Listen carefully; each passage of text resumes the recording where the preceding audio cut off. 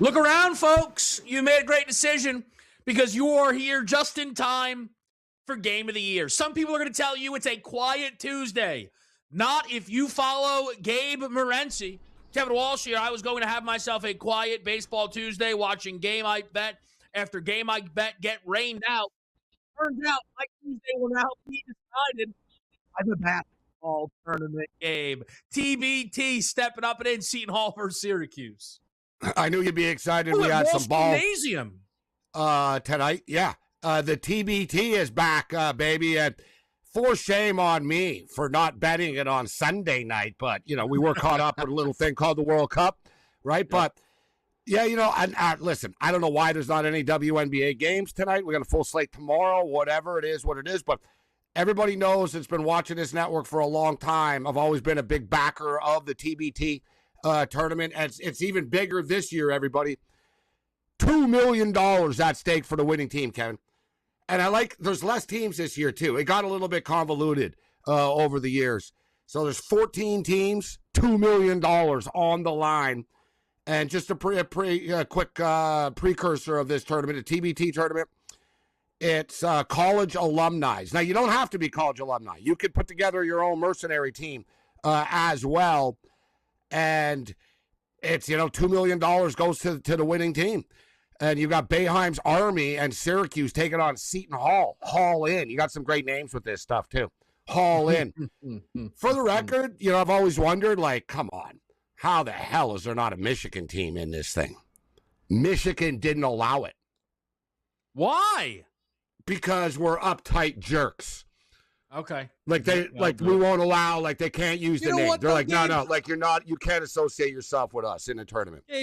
If I can say, and I hope you don't mind me saying, it allows you then to switch up who you bet instead of every year being like, oh, I love the Wolverines. You know what I mean? Well, you're saying that if there was a team called Go Blue in this tournament, I'd be betting them? Are you saying that?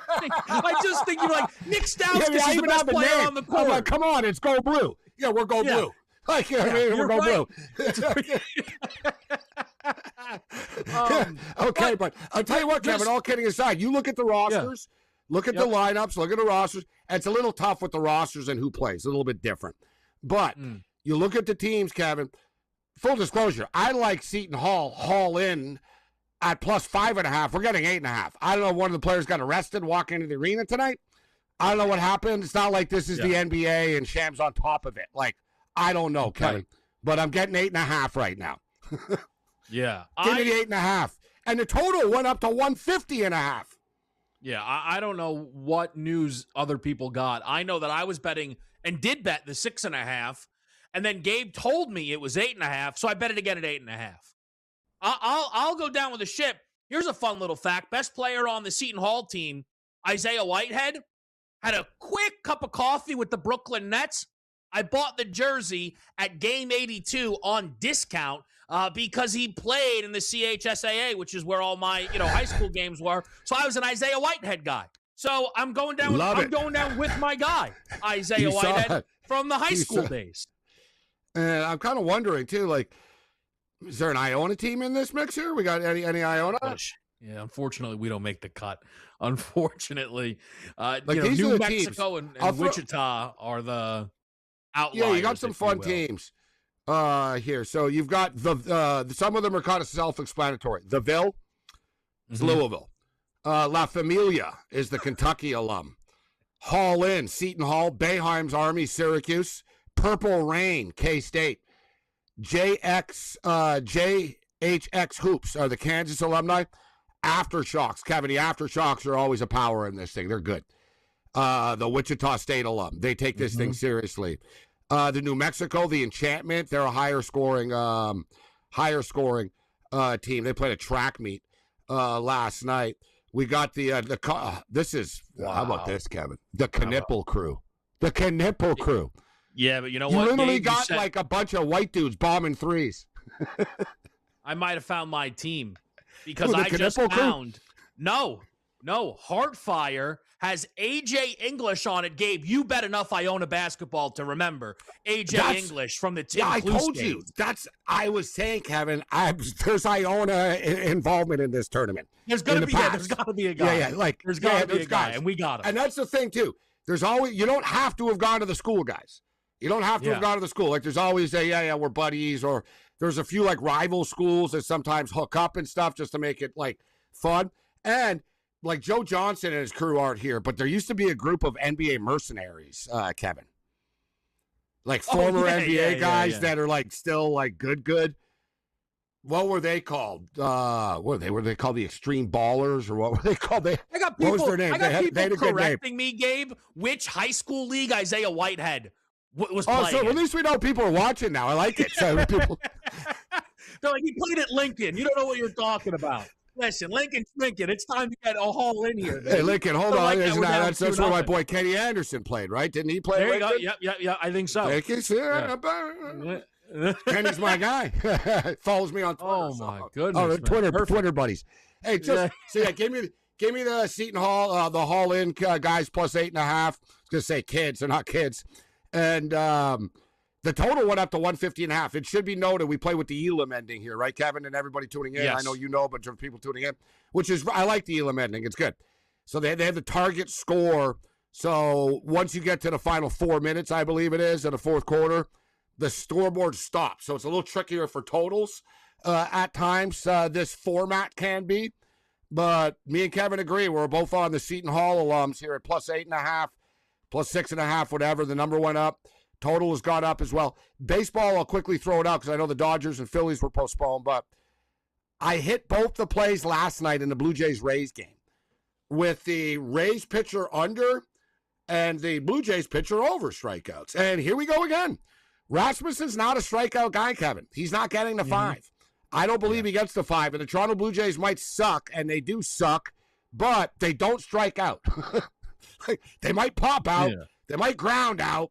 They don't strike out. All right? They strike out second least in Major League Baseball. Give me Rasmussen under 4.5 strikeouts. And Kevin Gossman's a stud, bro. I mean, he just routinely puts up 7-8 strikeouts a game, Kevin. I'm going over 5.5 for Gossman, plus 110. The baseball board had a few interesting spots. I don't know if we're going to get to watch all these games. I took the under again. I know it didn't work out for me yesterday in the Phillies game, but with Wheeler and Wroblewski on the mound, I thought a 9 was actually pretty generous. Yeah, now, of course, a rain delay, always a killer for totals, Kevin, right? You never know how it's going to affect the pitchers. Except my boy Wroblewski got hit by a car. Like, you don't think it's going to happen? No? I don't think the game's going to happen, no. They already canceled the Yankee game. I don't really know why they're not canceling this game already. They canceled the Boston game, too. You're right. The Boston game got canceled. I was going to step up in front of it. I played Baltimore. I was going to give it a shot. Wow, the baseball gods might have saved you. Well, Suarez, a weird day, right? Suarez got scratched. Yeah. And it was a whole weird, it's funny, too. My mind was kind of on the basketball, Kevin, like, to be honest with you. And the Dodger game, I was like, the Dodger game's postponed, but, like, it's true. You look at the board right now, it's light because all these games were canceled, right? I mean, because they didn't play. For the record, though, the Phillies official X account said that they expected to play. I don't know, maybe it changed, but that was the last post. They stated game delayed right now, but we expect to get the game in tonight. Yeah, that's nice. Good for them.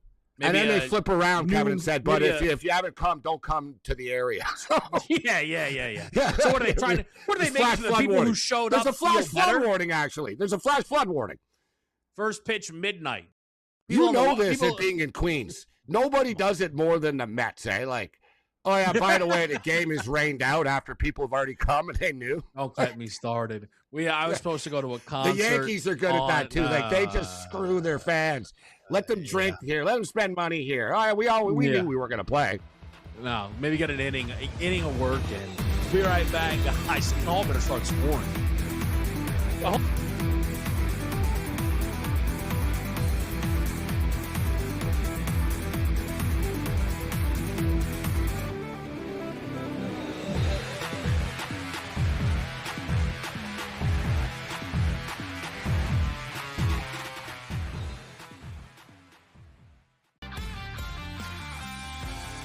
Come in a lot more better prepared to play than, say, we did, having to learn some of the things that we learned coming into the NFL that we weren't learning in college.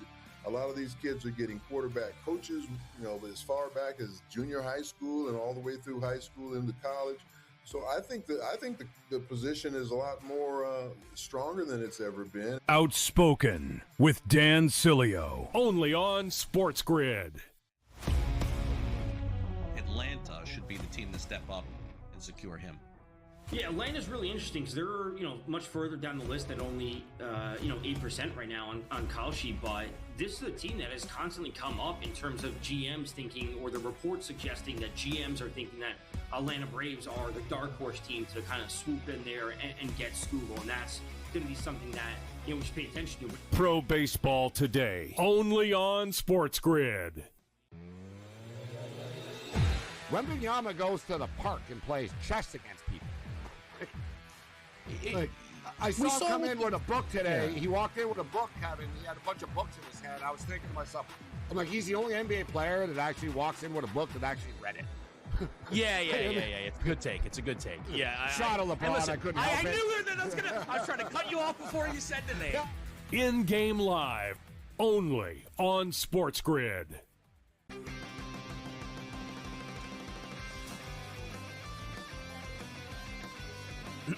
Class is in session. Today, let's talk about the teaser. A teaser is a multi-leg bet where you shift the point spread in your favor. You get better numbers, but every selection has to win. It doesn't matter what you bet if you don't have the insights. Tune into SportsGrid and get ahead of the class.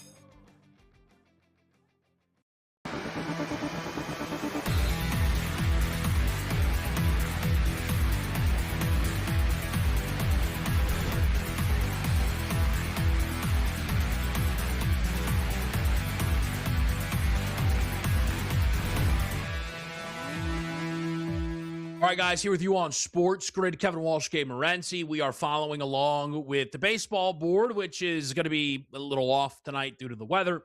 And then, of course, we've got this TBT tournament. No WNBA. And also, I don't know, I'm going to see if I can maybe get this out of the way early. No LeBron decision. And Rich Paul putting out a podcast titled, "What's the Rush for LeBron?" I have now given up on expecting the LeBron decision, and I truly think mid-August is on the board. We might be almost a month away from LeBron deciding. That's going to bring out a whole number of opinions, but I don't think this decision's coming, Gabe. They've already begun those opinions about LeBron. And why that, but he brings this upon himself. He's bringing this upon himself. This is the only thing I want to say to that quickly. And I'll just say, don't go on the shows then if you're Rich Paul and these people. Don't say anything. Like this every day of this. Exactly. I have a Rich Paul take for you, though. Of the posturing, of the, he's making his decision like this and that. It's like, this is what annoys people. Make your decision and or go away and come back.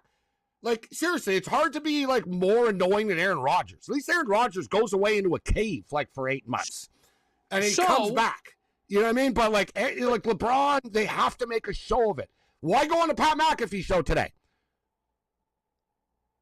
Did LeBron go on the Pat McAfee show, or did Rich Paul? Rich Paul did today. Okay, good. So that fits right with what I was going to say to you. Rich Paul, he's the one that likes the attention. LeBron shows up at Fanatics Fest, whatever. Yes. Yeah. Rich Paul's having the time of his life. Also, I know this is going to sound crazy, but doesn't LeBron have the juice to rein him in and say, bro, stop going on every damn show and talking about me? Gabe, I got to tell you something. You know why I think nobody knows what's going on? I don't think Rich Paul knows. I know that sounds crazy. I would agree with that. I don't think Rich Paul has any idea.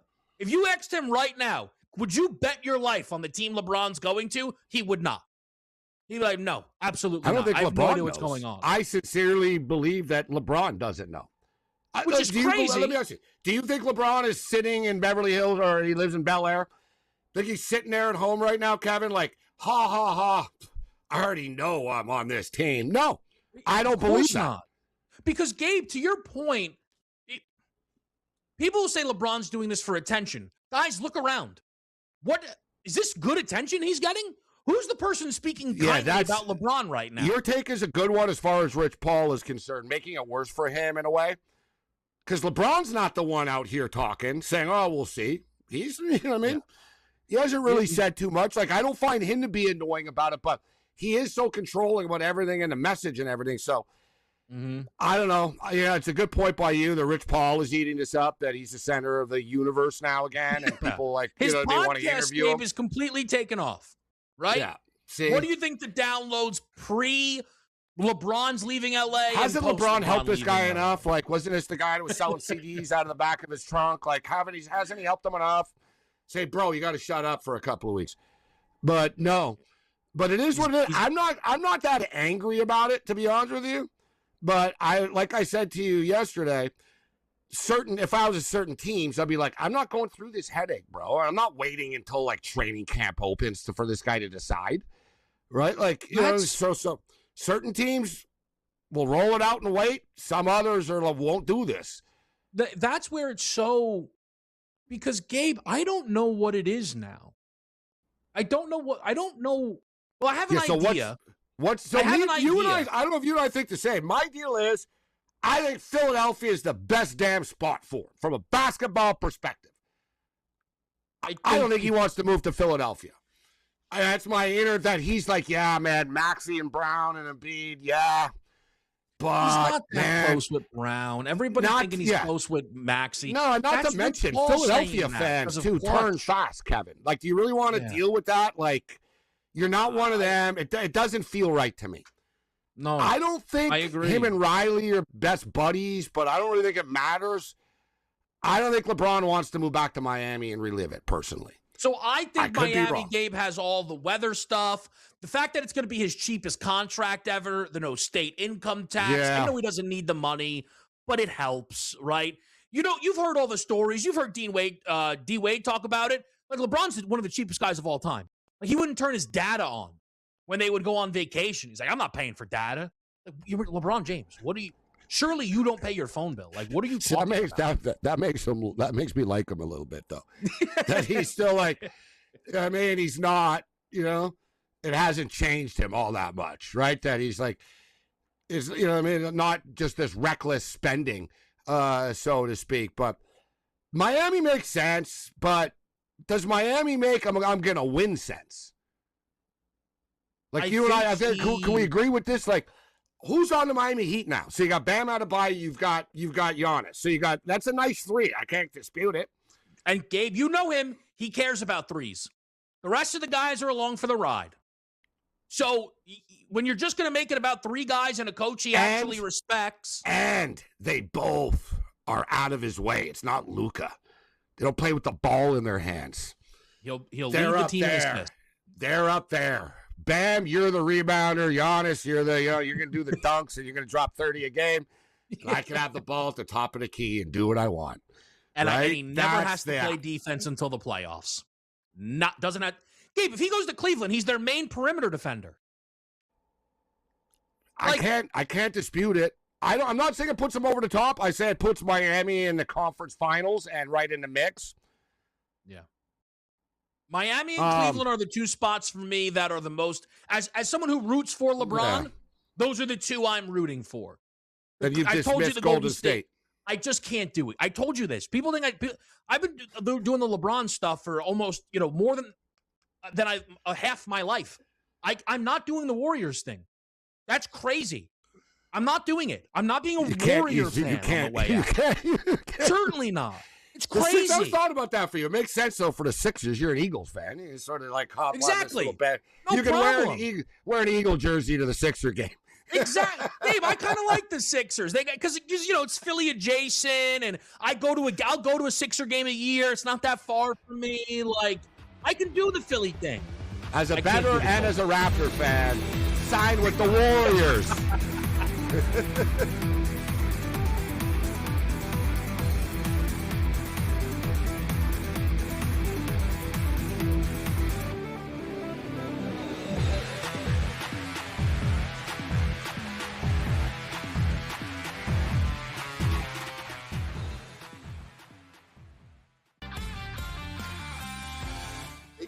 lot more better prepared to play than say we did, having to learn some of the things that we learned coming into the NFL that we weren't learning in college.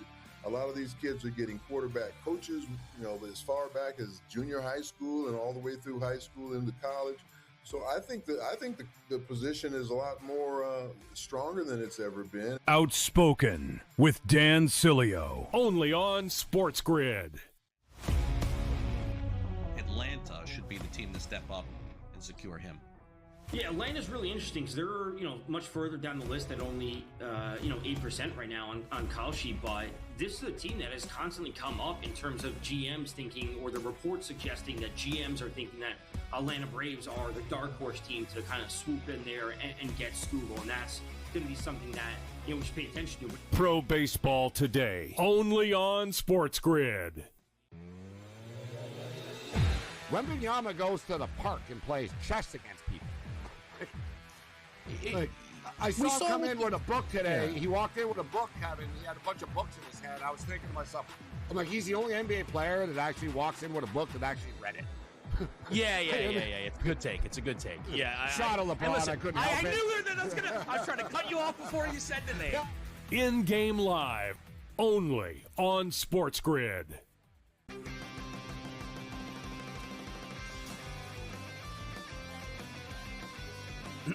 Class is in session. Today, let's talk about the teaser. A teaser is a multi-leg bet where you shift the point spread in your favor. You get better numbers, but every selection has to win. It doesn't matter what you bet if you don't have the insights. Tune into SportsGrid and get ahead of the class.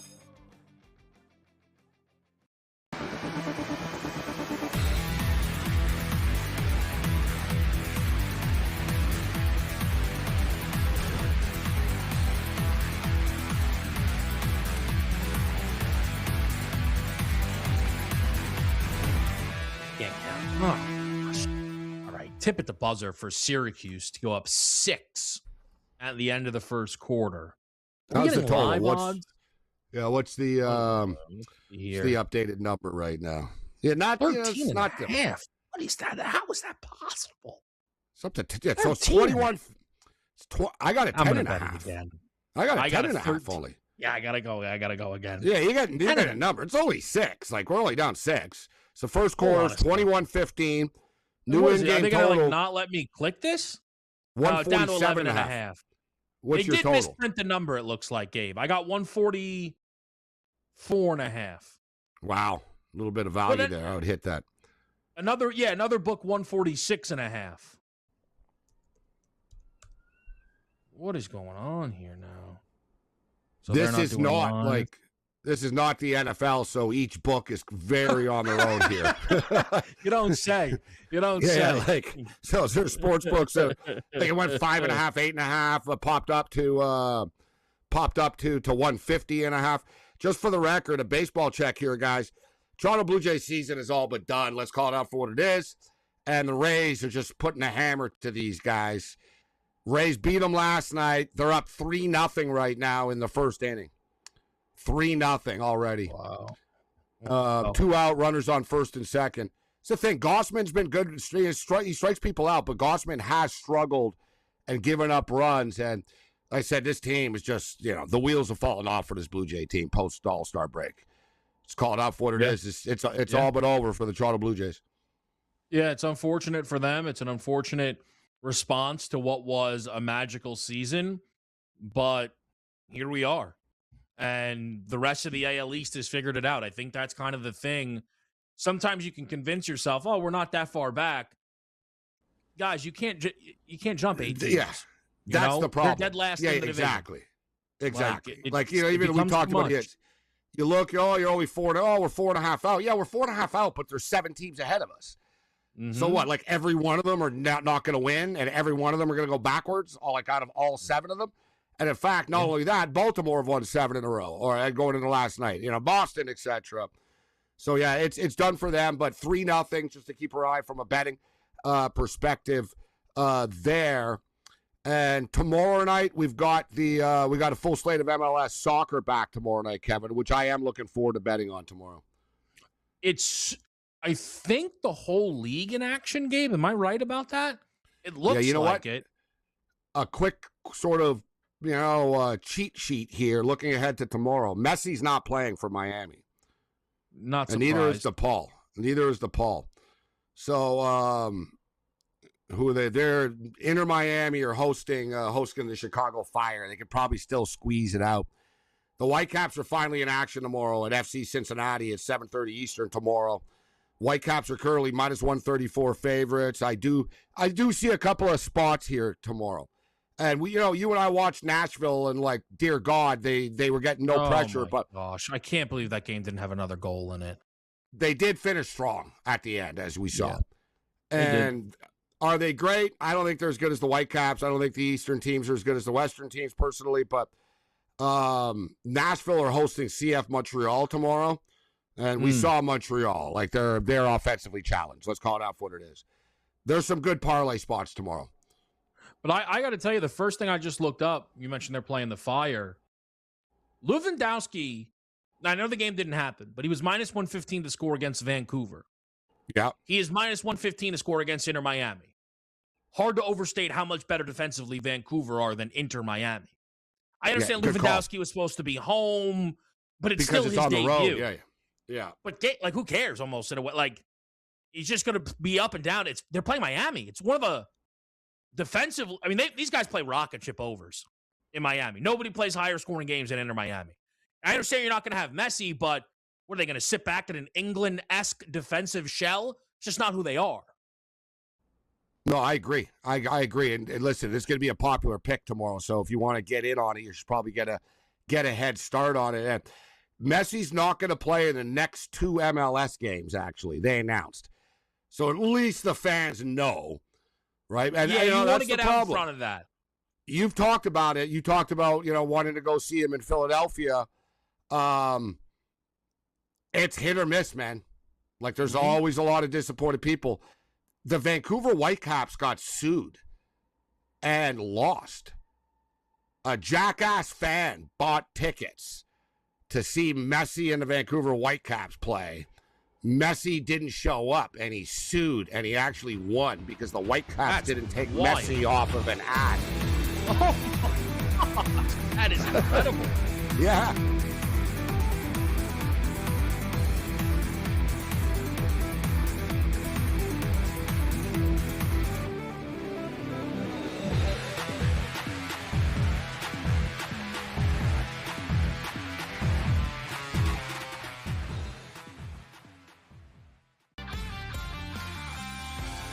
Come in a lot more better prepared to play than, say, we did, having to learn some of the things that we learned coming into the NFL that we weren't learning in college.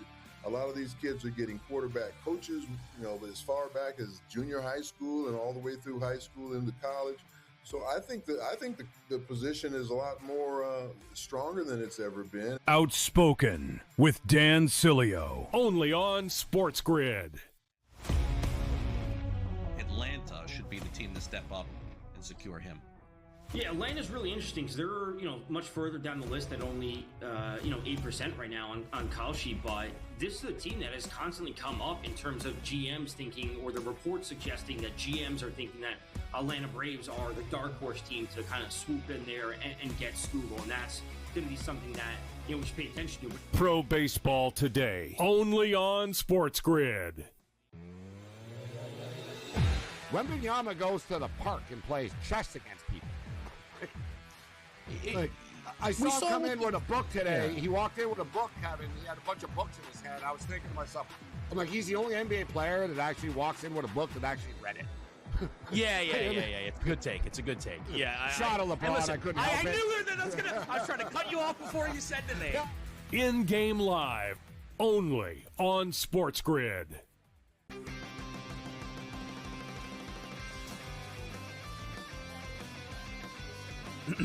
Class is in session. Today, let's talk about the teaser. A teaser is a multi-leg bet where you shift the point spread in your favor. You get better numbers, but every selection has to win. It doesn't matter what you bet if you don't have the insights. Tune into SportsGrid and get ahead of the class.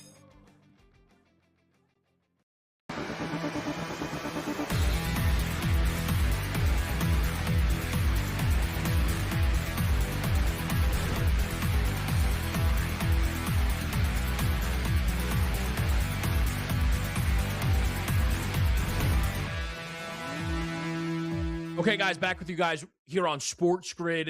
Good MLS conversation tomorrow, 7:30.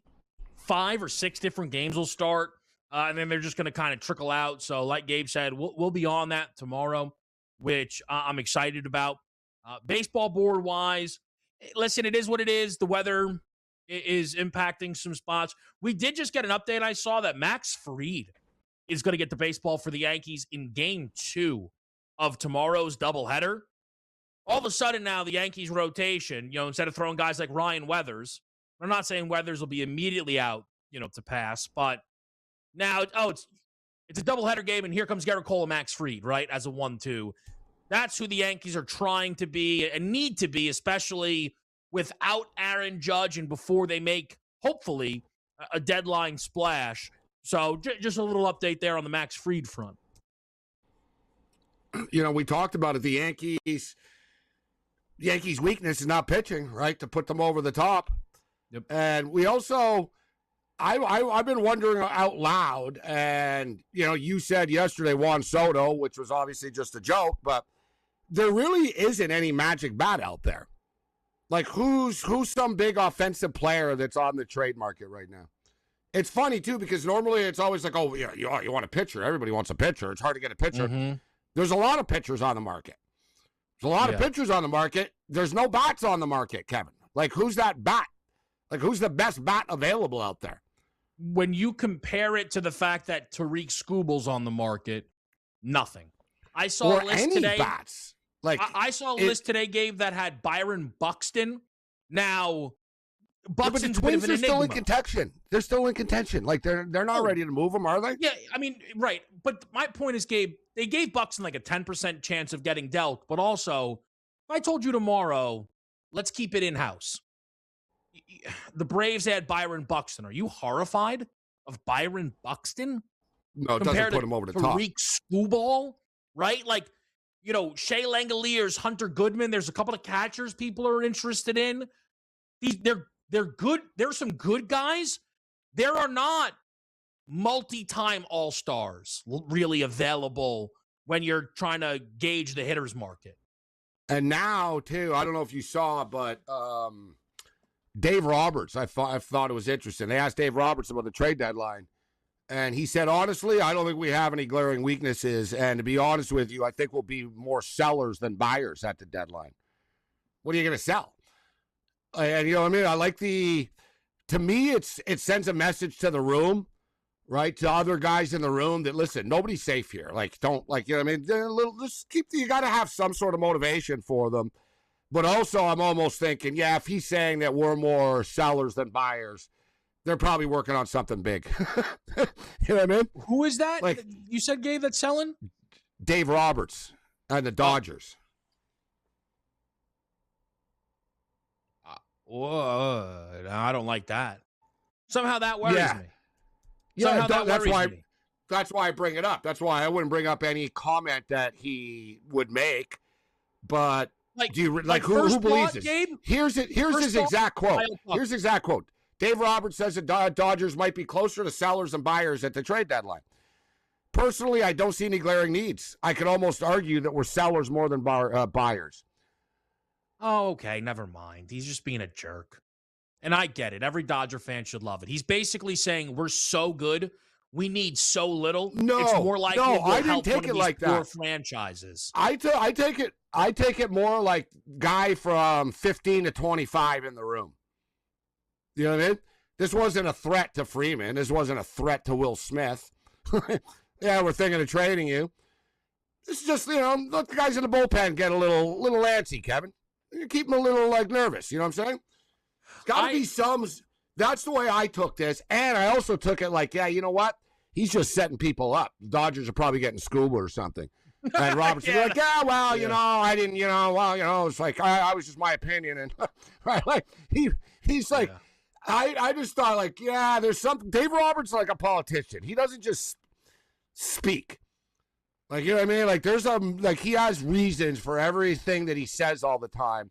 So I took it like, all right, I think he's just trying to motivate the younger guys on the team and sort of the, some of the bench and stuff, light a little fire under them, let them know that maybe we could trade you and, make it, this change or that change.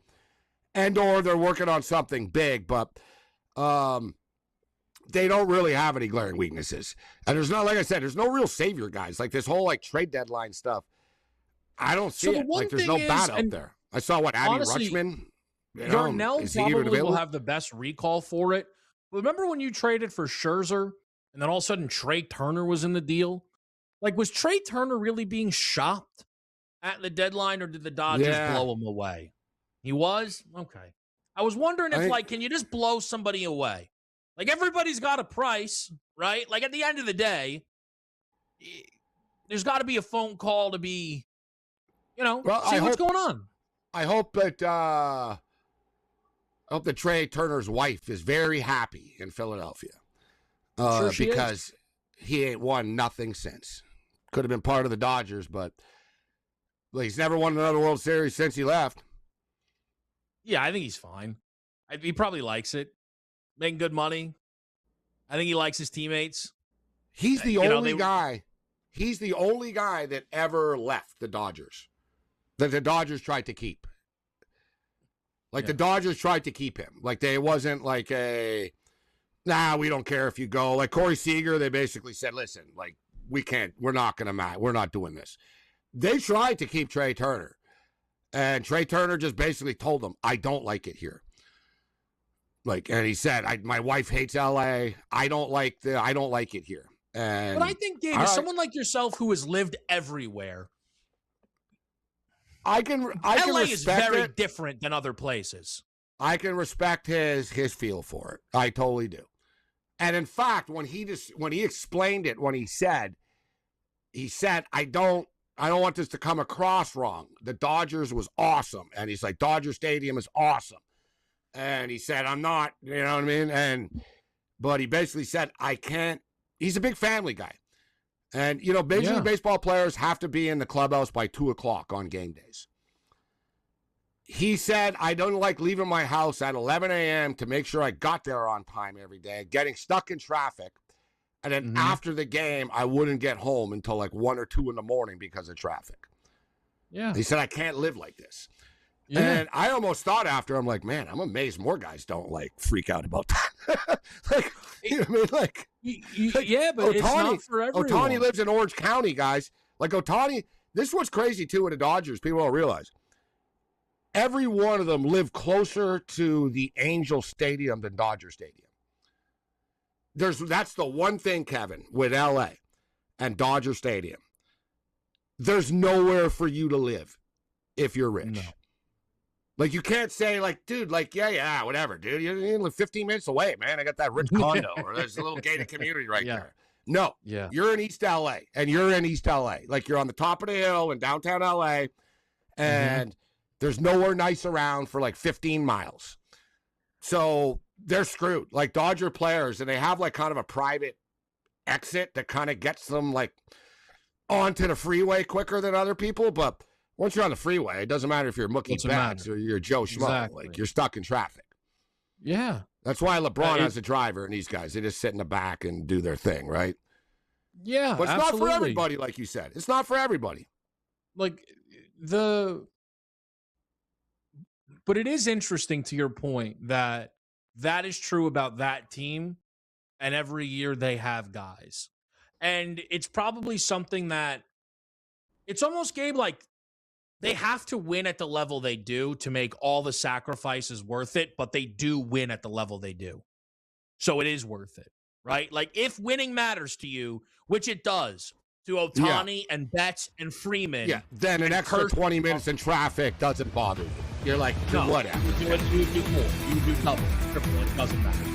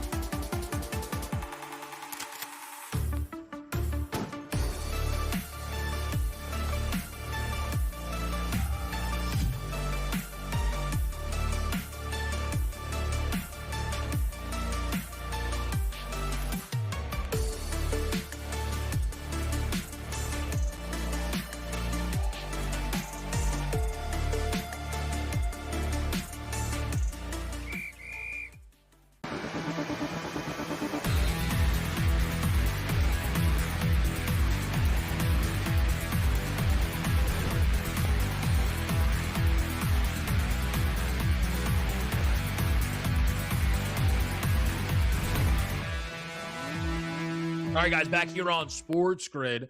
Getting away a little bit from Seton Hall. 39-26 right now. Yeah, we're Gabe done. I'm not liking this. Gabe and I did kind of crack the code on the line move, which was their best player's not playing on Seton Hall, Isaiah Whitehead. Late scratch, evidently, yep. That'll do it when you're already a pretty decent underdog in the game. And down by 13. Like Gabe said, you're not going to get the Shams announcement that, this guy's not playing. It just, you deal with it.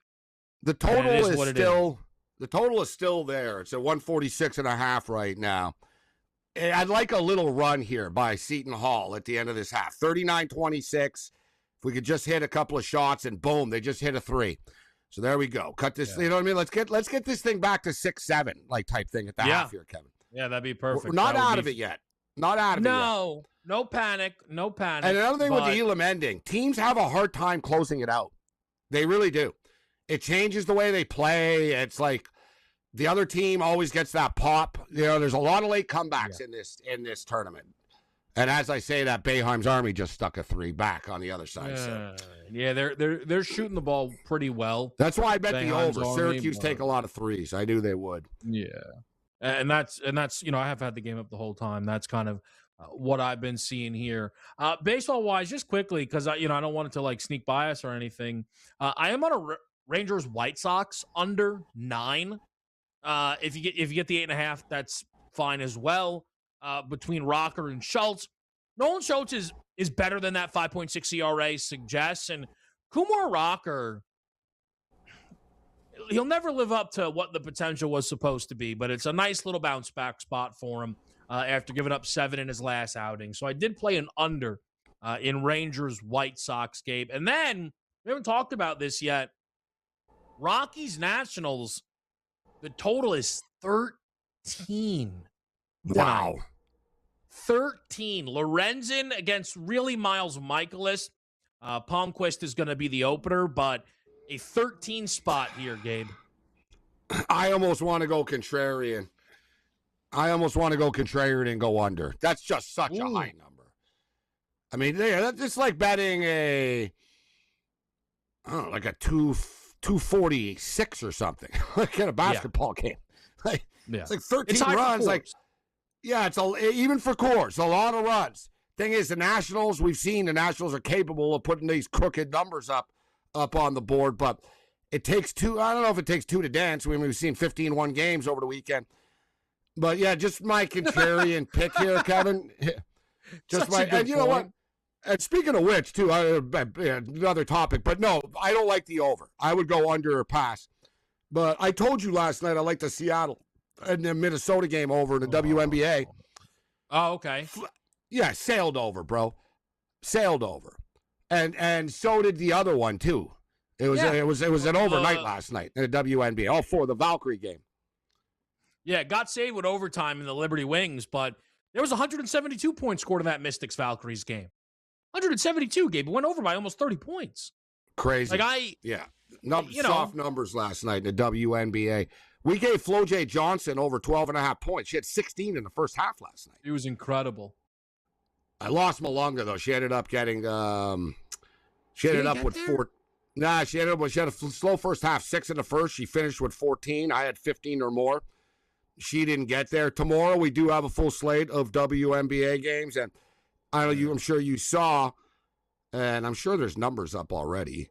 Caitlin Clark and Escu not participating in the 3-point contest, but my girl Marina Mabry is. WNBA 3-point contest on Friday night. Yeah, but why is Caitlin Clark not participating in the 3-point contest? I don't understand it. I don't know if I can really buy health when Damian Lillard just won it in February. You mean on one foot?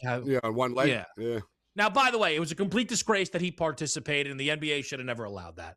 You want to talk about just shooting yourself in the foot. How dare you let... As somebody that bet on him, I'm glad that he did, and I won. I knew he was going to win. I won. Plus 500. It was embarrassing. It was embarrassing.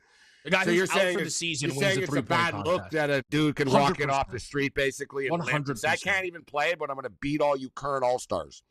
Yeah, it's do you think it would be a good look if they let, in 20 years from now, Steph Curry at 60 beat a bunch of active NBA players in a 3-point contest?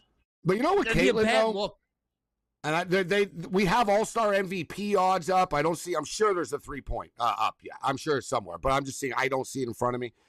I do have All-Star MVP. If you just quickly, I'll throw it out there. Olivia Miles plus, she's a favorite. Olivia Miles plus 600. Paige Beckers plus 600. Brianna Stewart plus 900. Caitlin Clark plus 900. Kelsey Mitchell plus 900. Asia Wilson plus 1,200. Now, why would Asia Wilson be plus 1,200? The best player in the league is why would that double a rookie. That doesn't make any sense. Do they know she's not playing or something like that? That she's only going to play a couple of minutes? Sounds like it. Sounds like she's going to go Nikola Jokic.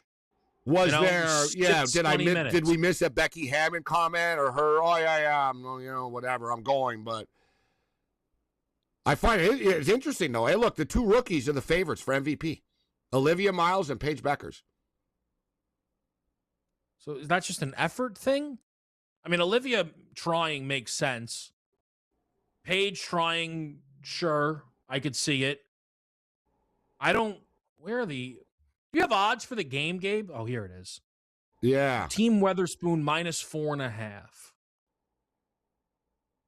Clark, Wilson, Miles, Boss. Why would Aja be 12-1?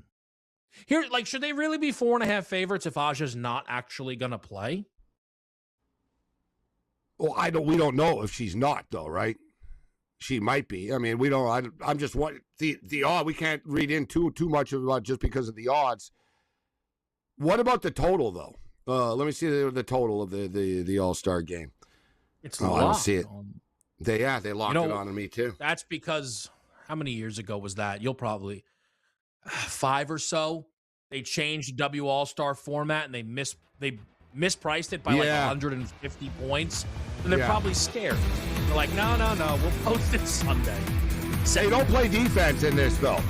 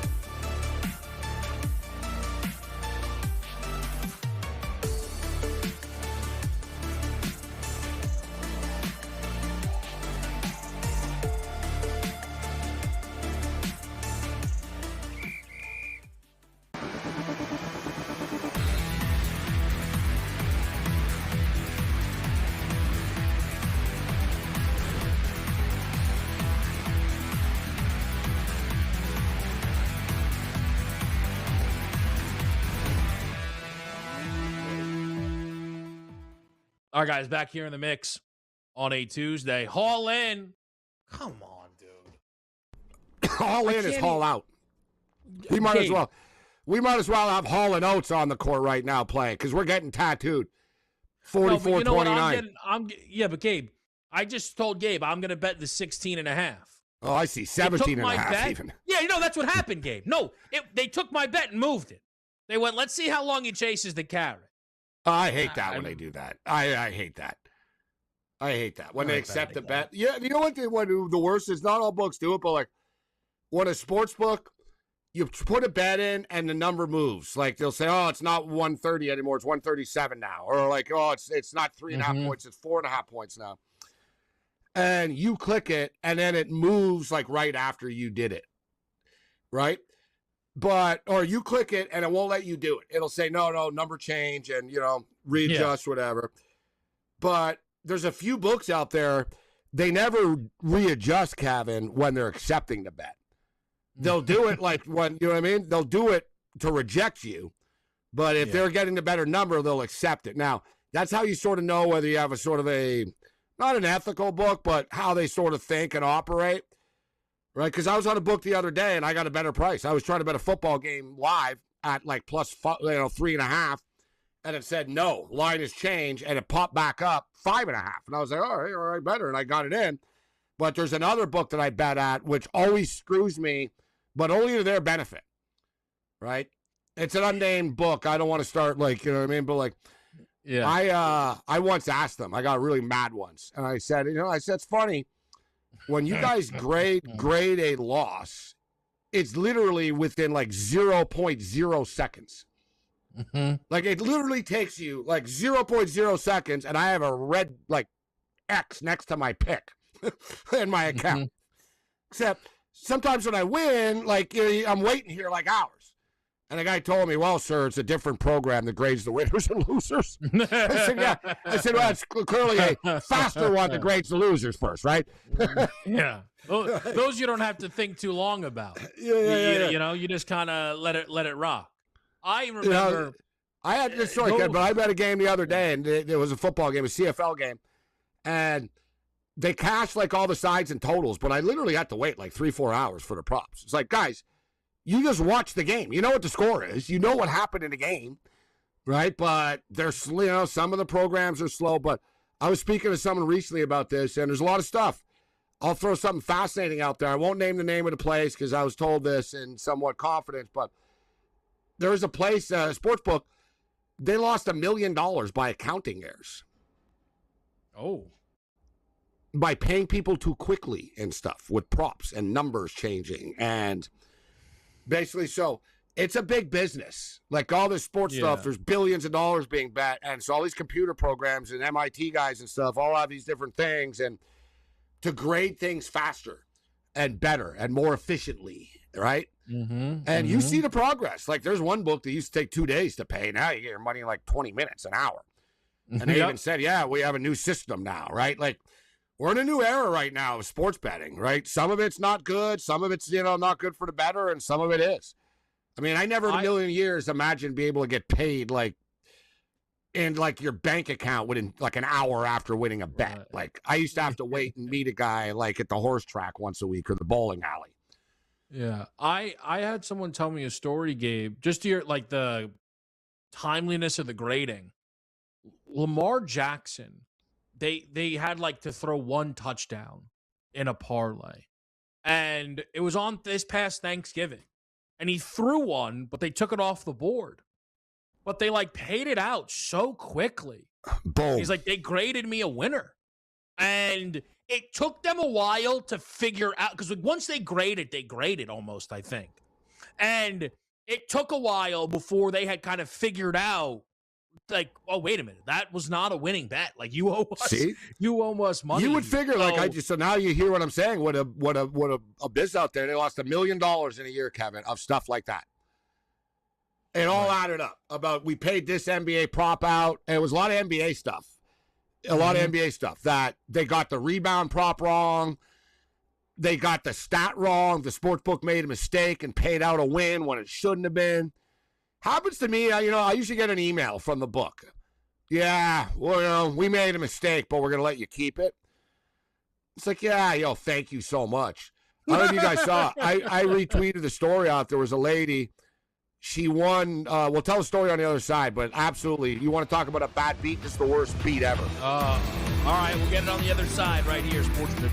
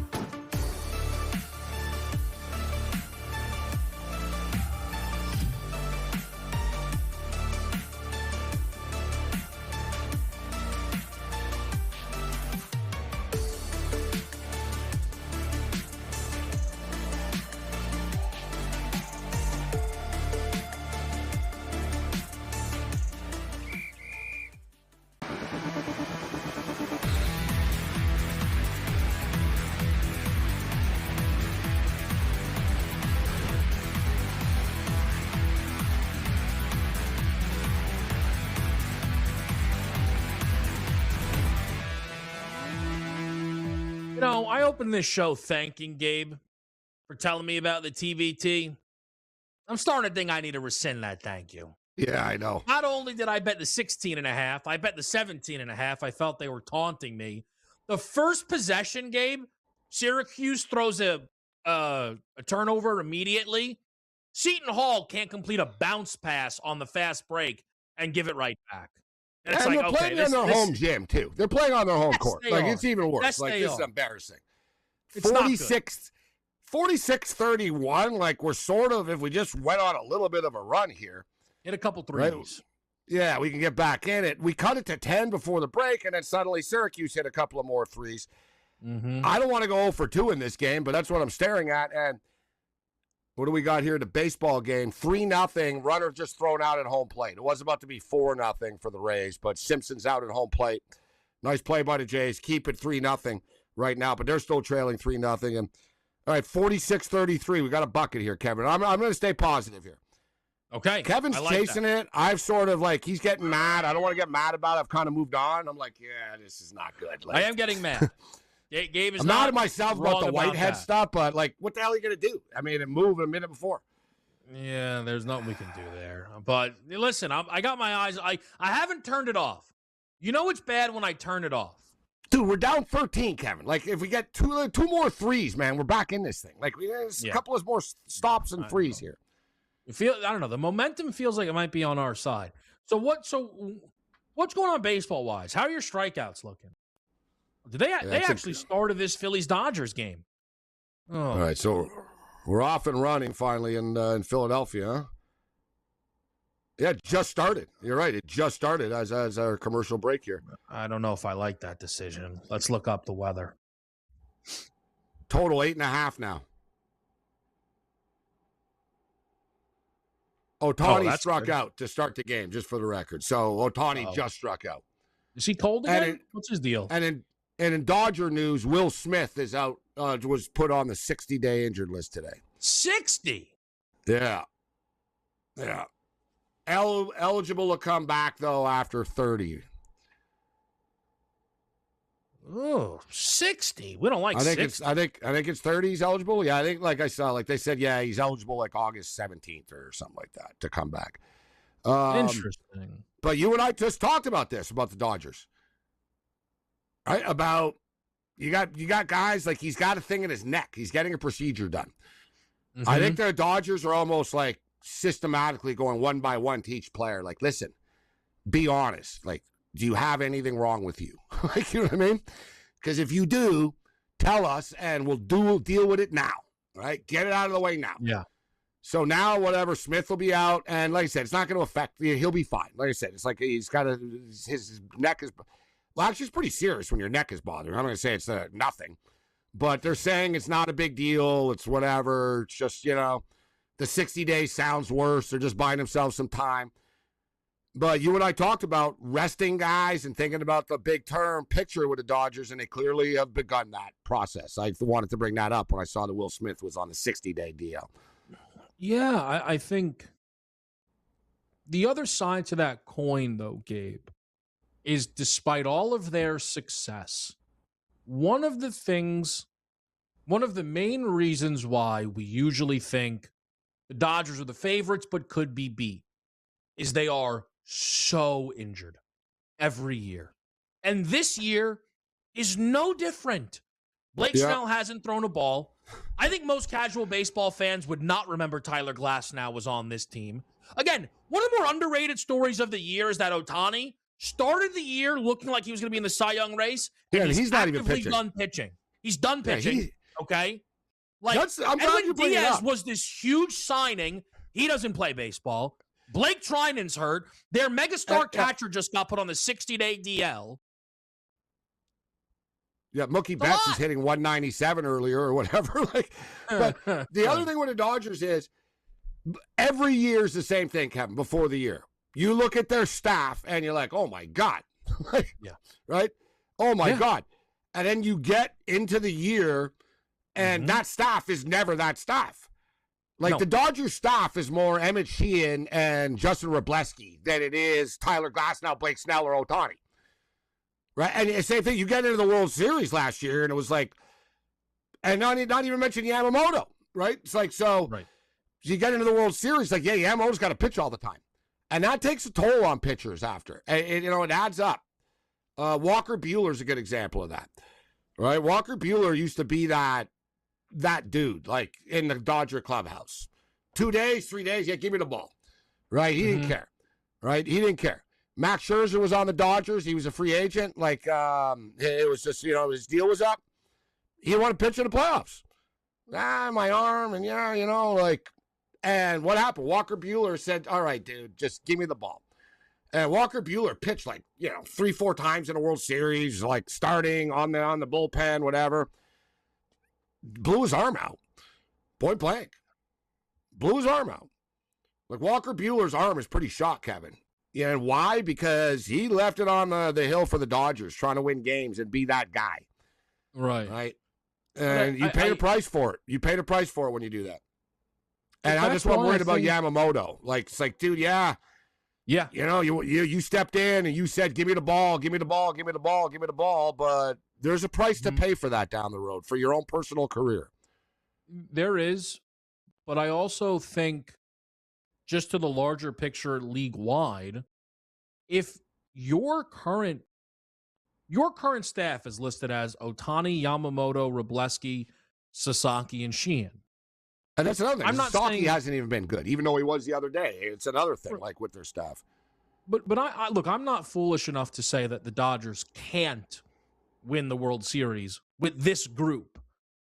But if this is the group, especially if Ohtani's done pitching, and it's like Lauer, like Gabe, if Roki Sasaki gets the ball in Game 2 against Atlanta, and they're throwing Chris Sale.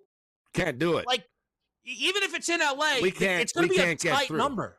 Yeah, we can't get through 5-6 games like that. And the first it could be would be a 7-game series, but yeah, you can't survive like that. It's going to be a problem.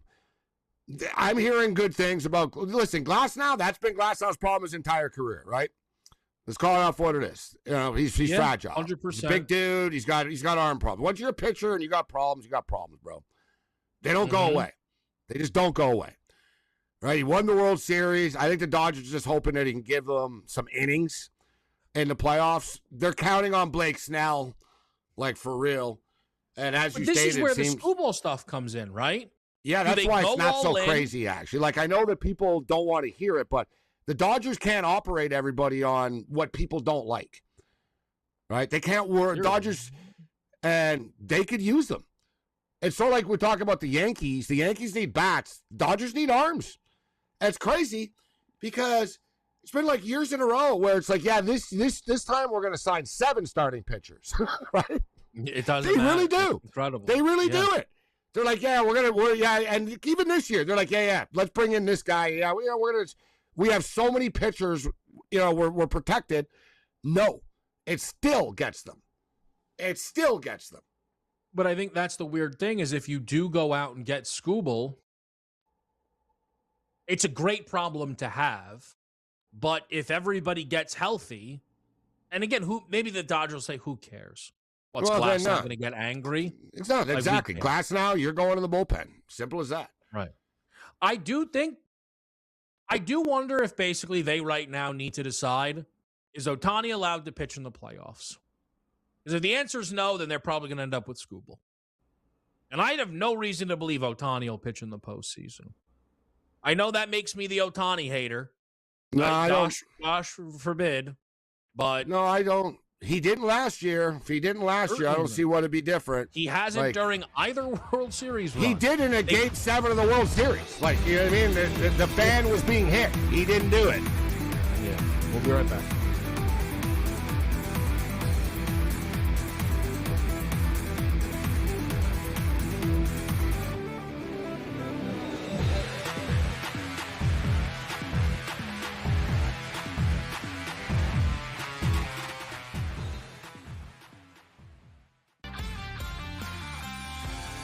Come in a lot more better prepared to play than say we did, having to learn some of the things that we learned coming into the NFL that we weren't learning in college.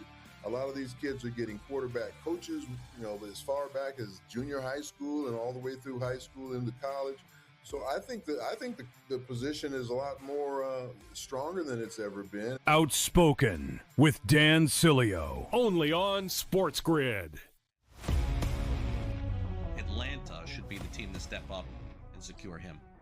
Yeah, Atlanta's really interesting because they're much further down the list at only 8% right now on Kalshi, but this is a team that has constantly come up in terms of GMs thinking, or the reports suggesting that GMs are thinking that Atlanta Braves are the dark horse team to kind of swoop in there and get Scooble, and that's going to be something that we should pay attention to. Pro Baseball Today, only on SportsGrid. Wembanyama goes to the park and plays chess against people. I saw him come in with a book today. Yeah. He walked in with a book, Kevin. He had a bunch of books in his hand. I was thinking to myself, I'm like, he's the only NBA player that actually walks in with a book that actually read it. Yeah. It's a good take. Yeah. Shot of LeBron. Listen, I couldn't help it. I knew that I was trying to cut you off before you said the name. In-game live, only on SportsGrid.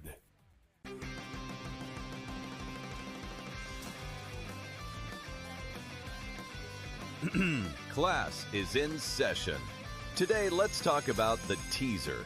A teaser is a multi-leg bet where you shift the point spread in your favor. You get better numbers, but every selection has to win.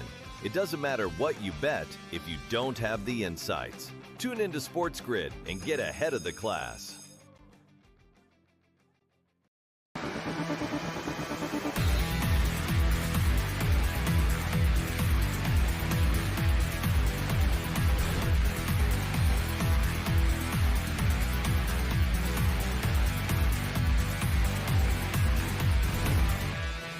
We this game to get chippy is my new take. That's my new take. I miss soccer. Gosh. I'm with you. You're funny, too, because I'm I sitting... need a yellow card. I'm sitting here somehow blaming baseball like it's baseball's fault when the basketball's the thing that put me in a bad mood, Kevin. I'm like, I'm like, it's baseball this summer. I'm like, in my mind, I'm like, we got MLS and CFL's back Thursday night and UFC. So we're like, and honestly, that's the way my approach is going to be, right? I dabble in baseball, have a little fun with it. Once in a while I might do something dumb in game and hit something harder, but like, I sort of like recreational bet through the baseball, and I'm looking for other sports to sort of hit. And like you, I wish I didn't know the TBT was playing this game at 7, Kevin. Like, I wish I would not have found. Like, I wish I would not have known. And now there's no turning back. So now I'm 0-2. Like, to start the night in this league. What am I going to do? Not bet the next game now? I got to bet the next game now. You didn't chase. I forgot. I was going to say, but you're sitting 8.5? Yeah. But, dude, we're down. We're down by 13. Come on, man. They just hit another 3. Like, come on, Seton Hall. Hit a couple of shots, man. Give us some hope. I'm holding 16.5, 17.5, 6.5. They did it again. Every time we get it to like 11, like, and stuff, Boeheim's Army scores. Like, if you could have made it like 51-44, suddenly we're back in this thing. You know what I mean? But they can't get stops. Yeah, don't worry. I got a close eye on it. Here's the other thing with Seton Hall. The main thing I've noticed, they're really not good. It's one of the big issues they're running into. They're not good.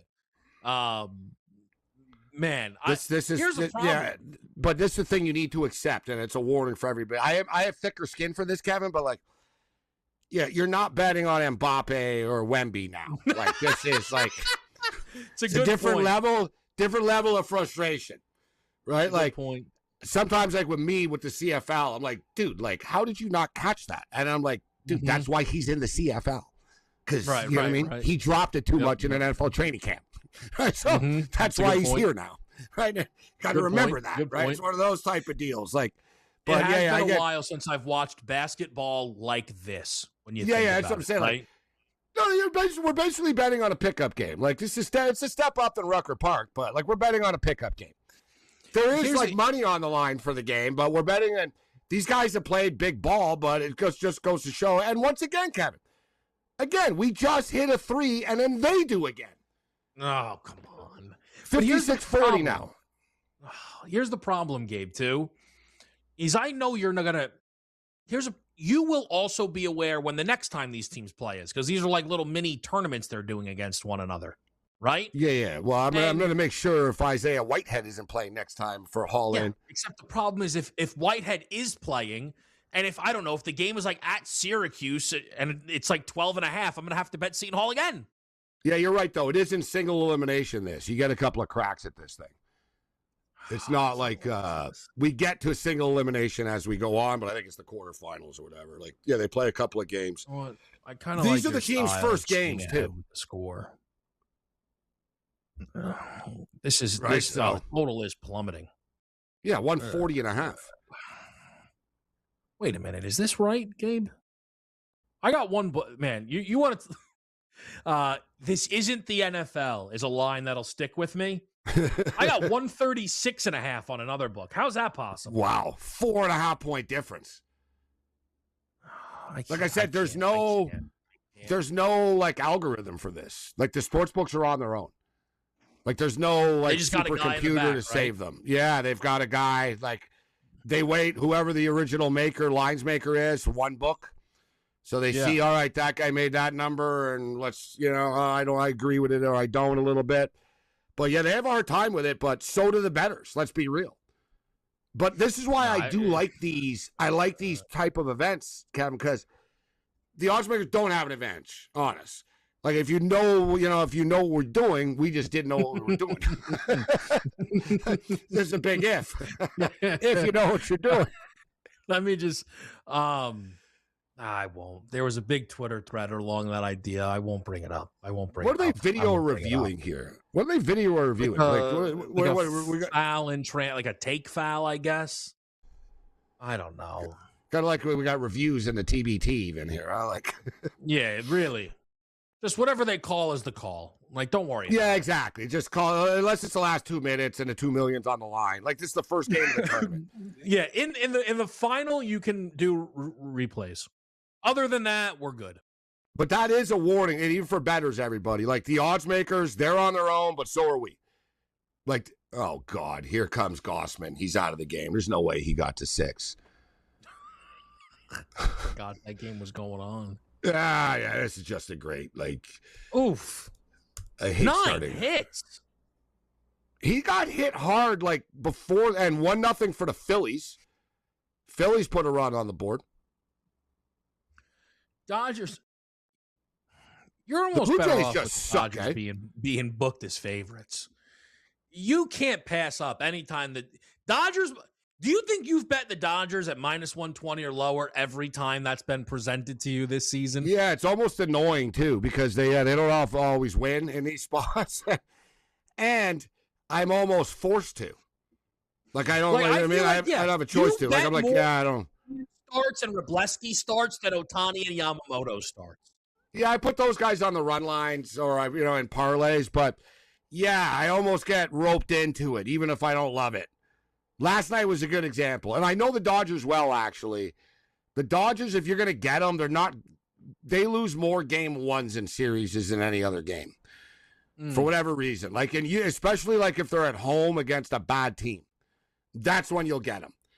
The Dodgers will lose to the Pirates or like a Nationals or whatever, like the Nationals do well. Like the Pirates have owned the Dodgers. The Dodgers are pretty kind of consistent. And I was a little worried about this too, because who's going to be more fired up for this, Kevin? The Phillies or the Dodgers, Little statement spot for the Phils. Yeah, You're little throwing statement Sanchez spot. Wheeler, Gabe. You gotta perform. You throw Sanchez Wheeler at home against Sheehan and Robleski. You gotta win those 2 games. All of what it is. We'll be right back.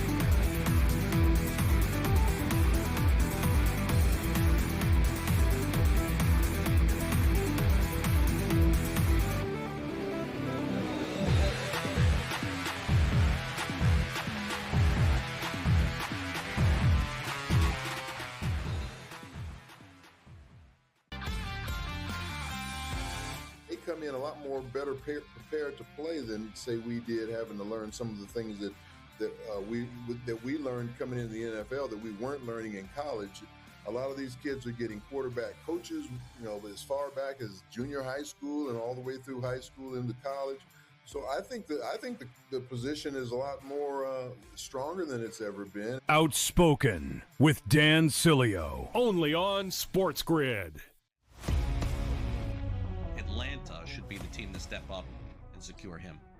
Yeah, Atlanta's really interesting because they're much further down the list at only 8% right now on Kalshi, but this is a team that has constantly come up in terms of GMs thinking, or the reports suggesting that GMs are thinking that Atlanta Braves are the dark horse team to kind of swoop in there and get Scoogle, and that's going to be something that we should pay attention to. Pro Baseball Today, only on SportsGrid.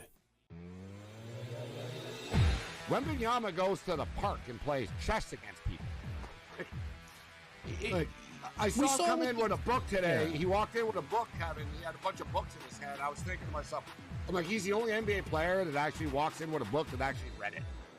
Yeah. It's a good take. Yeah. Shot of LeBron. Listen, I couldn't help it. I knew that I was trying to cut you off before you said the name. In-game live, only on SportsGrid.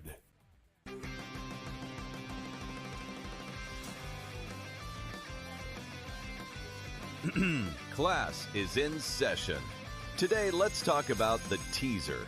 A teaser is a multi-leg bet where you shift the point spread in your favor. You get better numbers, but every selection has to win. It doesn't matter what you bet if you don't have the insights. Tune into SportsGrid and get ahead of the class.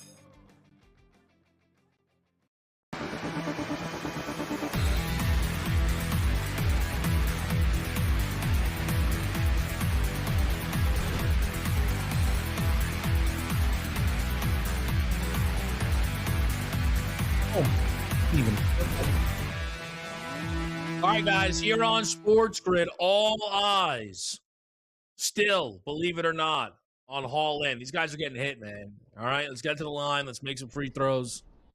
This thing is up to 21, largest deficit of the game. Yeah, it's getting worse, not better. See, I'm not getting angry about it. I would have shaken it off, but now your anger sort of made me angry about the game. And Hall in's uselessness is making me angry because they're the ones costing the total here. Like Boeheim's Army have done their job. Like, you know what I'm saying? Yeah. Like Boeheim's Army put up 61 points, man, and we're not even in the fourth quarter yet. Like, and we only play 10-minute quarters, difference like style with the clock and stuff. So it's kind of like that's high scoring for a team for Boeheim's Army, but Hall in giving us nothing, Kevin. 15 points in the first, 14 in the second, now just 12 in the third. Like, they're getting worse as the game goes on. Yeah, they can't really hit threes. They also can't really get stops. Like, there's basketball going on in Uruguay right now. We would have been better off betting on that, the Uruguayan league. 100%. Wish we almost got a piece. So it's 61-41 game. What's the target score going to be? Do they play a timed fourth quarter portion? Yeah. They go to like the 4-minute mark. So whatever the score at the 4-minute mark is. So you know what? This is our last hope here, Kevin. And you still got a puncher's chance if they hit a couple of threes with the numbers that you got, the 16.5s and 17.5s. You're right there. Yeah. My 8.5's dead. Like, I'm giving up on it, but I'm going to sort of hope here, like, teams, like, in this tournament, teams are aware of it. So they know, okay, we got to, like, go on a run here before this 4 minutes, and then there's no clock. So you take a clock out, and it changes the element of the game and stuff. Like, the team with the lead often starts to tighten up and stuff in the Elam ending. But the problem is, like, it's not like we're hanging around anymore, Kevin. I mean, we're scoring less and less as the game goes on. Yeah, you have to almost hope that really what happens is Syracuse doesn't take it very serious, right? We need Hall in to hit like 2 threes in a row. Like, if they hit 2 or 3 threes in a row, and we cut this lead to like 12 or 10 or something, and we're going into the Elam end, and we got a puncher's chance of covering some numbers. Yeah, I think that's a good way to put it here. But look, it's a pretty light night otherwise, and you know, we're aware we're going to run into some of these throughout the summer. It's why we will probably be mixing in some of the, you know, the NFL futures, the college football futures, and those sports will also have their stories that are going to start to, you know, dominate the conversation a little bit as well, of course, Gabe. Well, we're 16 days away now from the start. Like 2 Thursdays from now, we'll have an NFL preseason game. Right? Like, it's coming. Buffalo Bills had their first practice today. In their new stadium. I saw it was a big controversy with the tickets and all that. But it's always happy hour somewhere, right? I mean, look, right now we're playing the Copa Soto America right now. Santos and UCV. Bolivia Premier action. The Bolivian Soccer League. Brazilian Serie A. Brazilian Serie B right now. Copa de Brazil women are playing. The Colombians are playing. The Colombian Cup. There's 6 games going on. Ecuador, there's a game going on right now. It's always happy hour somewhere if you're betting, and I got to find that spot. This is what happens. We bet these earlier games, and there's always that, you know what, I got to go big on this, or we're down so far. I don't like being down. Last night we slammed a WNBA game in-game just to sort of change the narrative of my sportsbook account of the night, Kevin. You know what I mean? I was like, you know what, going bigger on this, and we'll see. You know, I kick back. We ended up winning by a couple of points. So, you know, you can't get rattled when you lose the first couple of games or, like, things aren't going your way. You got to sort of think, all right, how do we get this, you know? I know people say, oh, don't chase. I'm not saying chase, but, don't. And I'm saying don't do what Kevin just did. Well, I'm going to take the 18.5 now, the 19. The best night ever, you would die laughing, was me and Cam one night, and it was rivalry day. It was like a Friday night, and it was Arizona versus Arizona State in college football. Yeah. And we were on the wrong side. Like, we took the underdog at like plus 14.5 or whatever it was, right? Yep. And Cam did not stop. It was like, he's like, oh, I can't resist plus 23.5. They're getting 28.5 now. He went all the way up to like 47.5. They lost, Kevin, like 59-0 or something. 59-0. I actually warned them like every step. I was like, no. I was like, Cam, like they're not going to score. Like this is bad. Like they're not. I said, if anything, we got to like start figuring out like the other way out of this. Like not like there's no way you can't dig out of this. He literally lost with like a plus 49.5 or something. I do love that.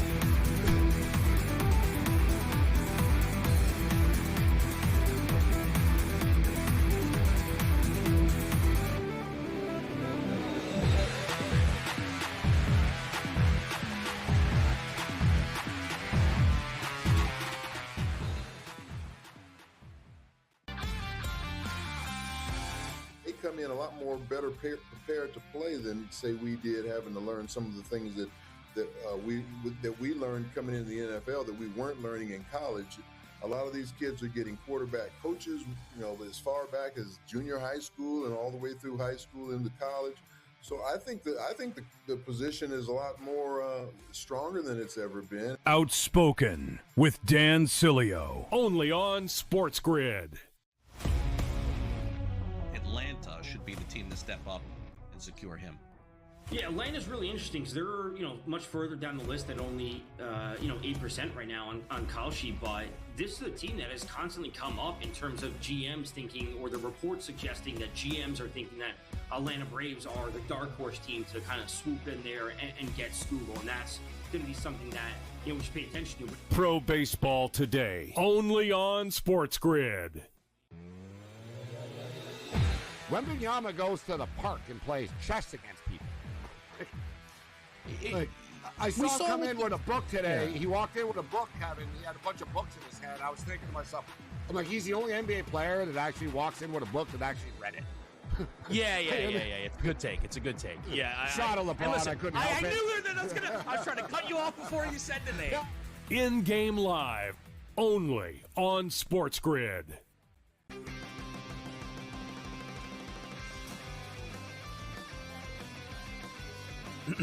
Class is in session. Today, let's talk about the teaser. A teaser is a multi-leg bet where you shift the point spread in your favor. You get better numbers, but every selection has to win. It doesn't matter what you bet if you don't have the insights. Tune into SportsGrid and get ahead of the class.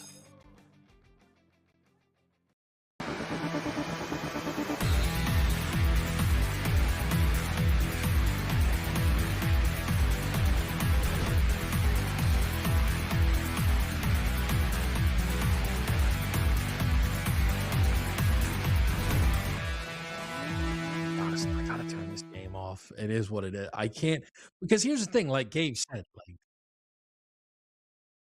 I'm watching the Blue Jays lose 5-0. I'm not a Blue Jay fan, but I had Gossman over strikeouts and I got Rasmussen under strikeouts. And he's at 3 right now. I don't really believe it. It's one of these I keep hitting refresh because every time I look up, I see a Blue Jay striking out. There's another one. So it's 4 now. I said the Blue Jays don't strike out. Well, tonight they are. His prop was 4.5, and he's got 4. He's only giving up the Blue Jays 5-0. They've been out. How about this for a box score, guys? For the Blue Jays, 5-0 score. They've been out hit 10-3, and they have 2 errors to none. That's ugly. Oof. And you're in the 4th inning at home, and you're charging people a premium price too. The Jays don't they charge a lot of money to get in. This is just a bad product. The team. This is like a quit type team here. Like no life whatsoever. It's very weird, Gabe. But all of a sudden, you look at I think the pitching you can salvage. Cease is good. You Savage is good. You can always get an arm. But it is all of a sudden feeling like this team missing out on every free agent, like they're always second place to the Dodgers, it feels like, is catching up a bit.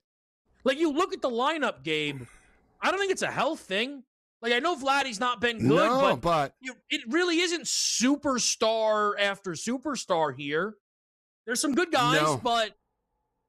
You know what? The problem is, we talked about it with a good team like the Dodgers, where It's like, yeah, that guy's like, yeah, Tucker's only hitting 240, but this guy's doing that, or this guy. And it's sort of like a whack-a-mole. And it goes up and down throughout the year, and the team doesn't struggle. There are a lot of guys on the Jays, Kevin, that are having bad years. Just point blank. Like Vladimir Guerrero. Listen, his average is 258, but he's got 6 home runs. So he's hitting 258 with 6 home runs. That's a problem. George Springer's hitting 226. Springer was great for them last year. Okamoto has shown some power. He's hitting 228. Jimenez hitting 227. Jimenez is suddenly making errors. It's like they all sort of like had career years last year or something, right? It's just like the wheels. And how about this, Kevin? A forgotten player. And don't forget, so they lose Bo Bichette from the lineup. Santander. Guy's making like $35, $40 million a year, bro. Yep. Santander left Baltimore, was hitting 35, 40 home runs every year, got to Toronto, struggled, and then got hurt and hasn't played in a year and a half. Yep, absolutely. Pretty wild. Like, that's like a big money contract they spent. Right? Like, they really have, like, but at the same point in time, and Snyder, their manager, basically said, I can't, last night after the game, he goes, I know you and the media want me to get mad. And he goes, I know you want me to rip the team. And he goes, I can't do it. They're playing their hearts out there and things just aren't going our way. It's like, well, you're 46 and 54. You're committing errors. Like last night, remember during the game, I said, man, right through his legs. Like the focus isn't there. Like they're like a soccer team. They're like France versus Spain, bro. Like, yeah, you're kind of in it, but you're really not. Like their will's been broken. You could just see it with the Jays. Like, I'm watching their body language right now. Like, they look depressed all standing there. Can't win like that. This is where baseball's brutal. I mean, Gabe, they've played 100 games. Yeah. They got 2-3 more months of this. This is like a fight where the other fighter's not going to ever knock you out. You're just going to get beat up for like 12 rounds. And you know this too. It's so much worse being the Blue Jays than the Rockies. The Rockies knew they weren't going anywhere. Exactly. The Blue Jays were in the World Series last year. Thought we'll be back this year. 100%. This doesn't make any sense to them. I lived it, bro. I did. I was a Major League Baseball show post-game host. Mm-hmm. It was really fun until like August and September, Kevin. Mm-hmm. Like, you know how much I have, full disclosure. Like I said, it was one of the funnest, arguably like the top of the list.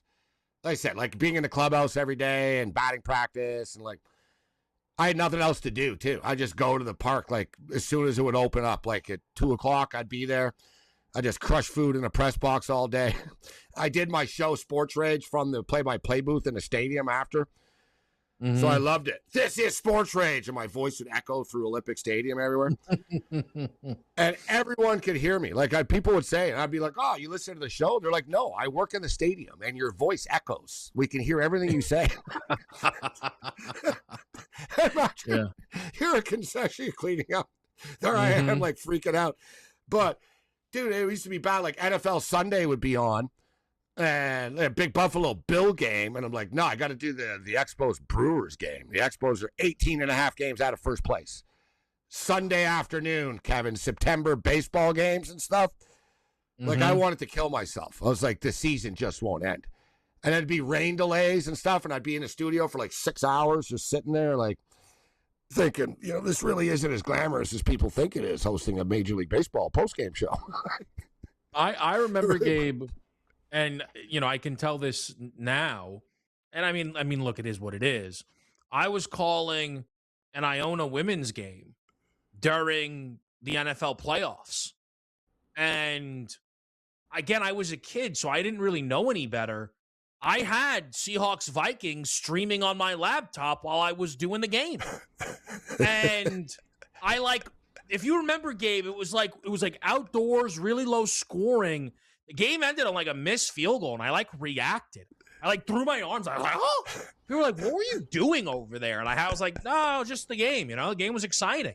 I just had to just play it off. Like, it's just the women's game, man. I certainly wasn't watching Seahawks Vikings. I'm good at splitting things, but I did get in trouble by the Montreal Canadiens, and they complained. They actually told the radio station, they have in the press box, they had all the hockey games up. They have the hockey up, like the screen on every screen in the press box. And I changed the TV in front of me to Monday Night Football.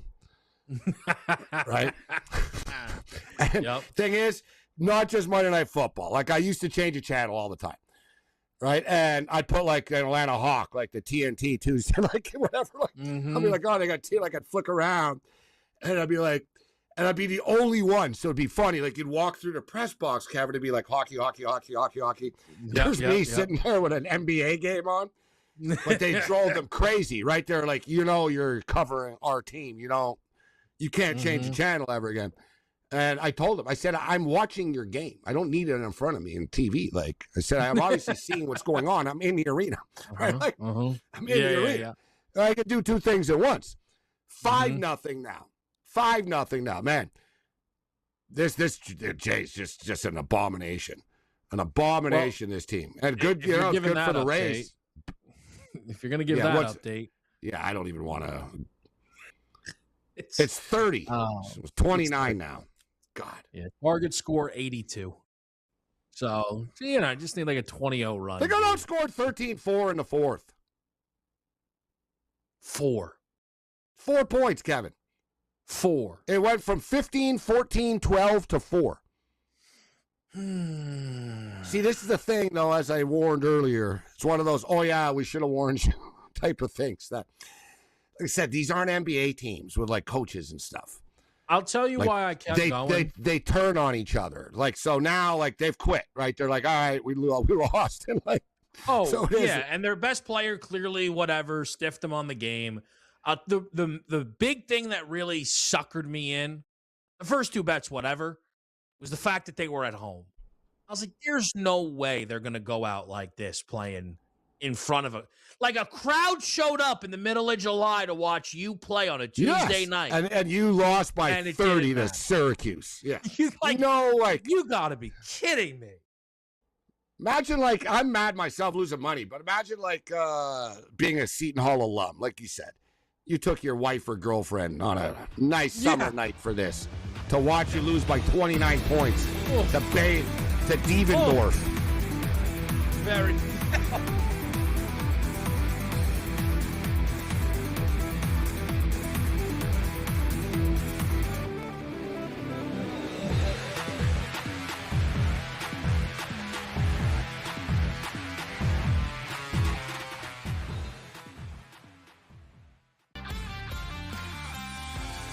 Come in a lot more better prepared to play than say we did, having to learn some of the things that we learned coming into the NFL that we weren't learning in college.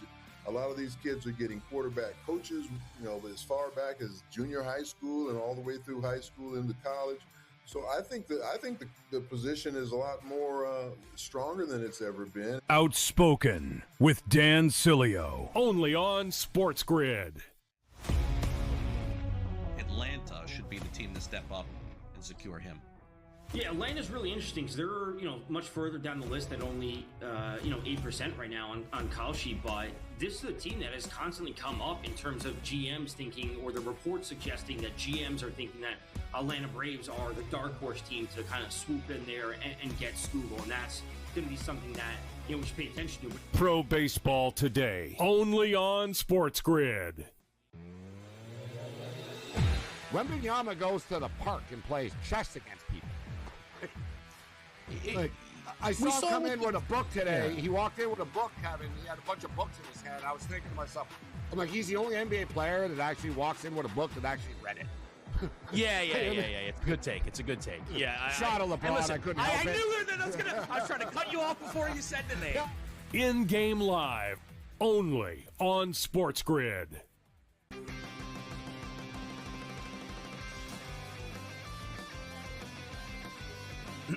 Class is in session. Today, let's talk about the teaser. A teaser is a multi-leg bet where you shift the point spread in your favor. You get better numbers, but every selection has to win. It doesn't matter what you bet if you don't have the insights. Tune into SportsGrid and get ahead of the class.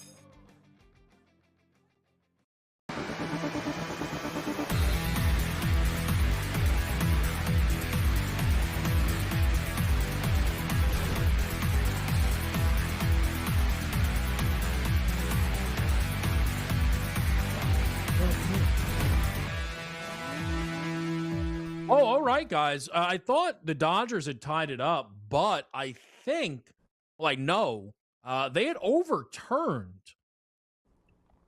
That's interesting there. Ohtani singled and got thrown out at second before Alfonso could score. How'd he manage that? Baseball genius Ohtani doesn't usually make mistakes. But Still 1-0.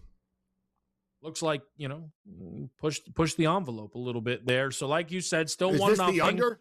Is this the under to jump in? 7.5 right now. I'm looking for an in-game winner here. I'm surprised it's not lower. Yeah, we are going to the bottom of the third, but still, Wrobleski's dealing. There's only been 1 run in this baseball game. I'm not sure. Well, there has been 5 hits, but I'm not sure this thing opens up. But that's the thing. No, sometimes it moved to 6.5 as I speak. Of course, God, did it really? Yeah.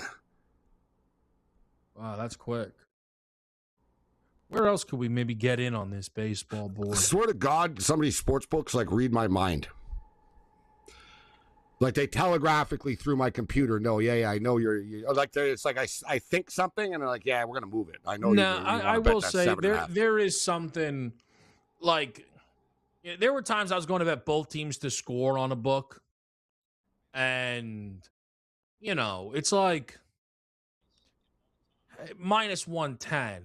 And then by the time I log in, it's minus 125. Like that, really, like the one thing that moved and and I was here for it to watch it happen. Like something's not adding up. We bet, what about? I'm doing it, Kevin. Under 7.5. It's minus 175, but I'm doing it. Under 7.5 in the Phillies and Dodgers game. Okay, I like that. Just what about Rays Jays? Please don't hit a 2-run home run right now. Like right after I place this bet. I'm gonna snap. I'm gonna flip for. Yeah.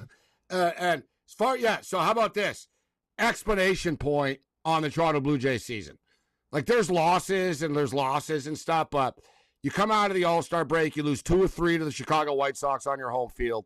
Tampa Bay Rays come to town. It's 8-0 right now, Kevin. 8-0. Like nothing they do is good. Like they're committing errors, they're striking out, everything they throw gets smoked over the wall. The Rays, it's an 8-0 beatdown. This is it.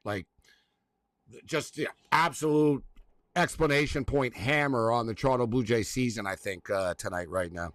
Like Schneider was just saying last night, it's not like we're getting killed. We're in games and, we're just not, things aren't going our way. Well, now you're getting killed. It's not good. Yeah, Gabe, I don't know. I don't usually suggest bets like this, but the Rays team total's 9.5. They're not going to score 2 more runs in this game. They've got the 6th, the 7th, the 8th, and the 9th. It's kind of a dead game here. I don't know if maybe it's a better bet to bet the 11.5. Yeah, I like where you're going with that, but the Rays won't stop, number one, right? No, baseball players, it's not football. Let's start running the ball. It's baseball. It's such an individual sport. Everybody's playing for their numbers, and, no one's going to, not try to get a hit.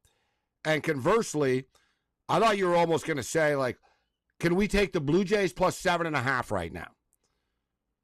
I'd rather take the over than at that point. I don't see any life from them, but you're right. You figure that if you have any sort of anything, somebody hits a garbage 2-run home run, Kevin, in the 7th or 8th inning type thing, you know what I mean?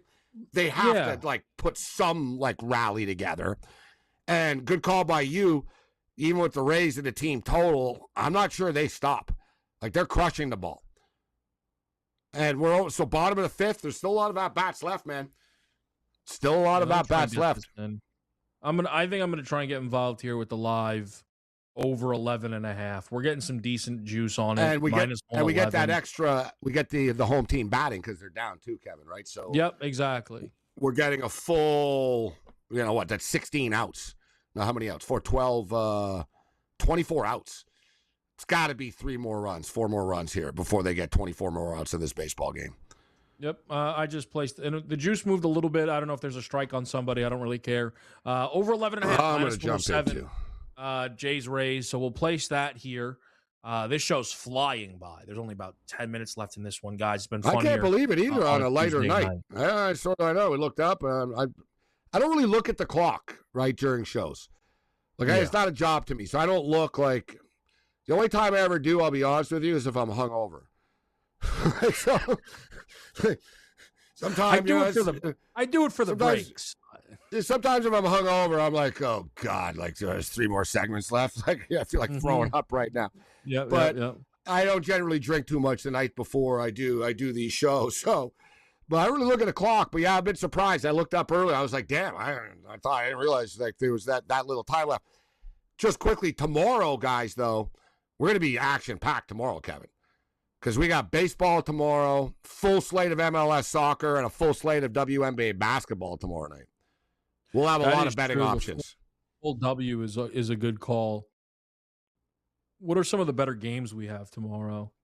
Why are there games at 3 o'clock?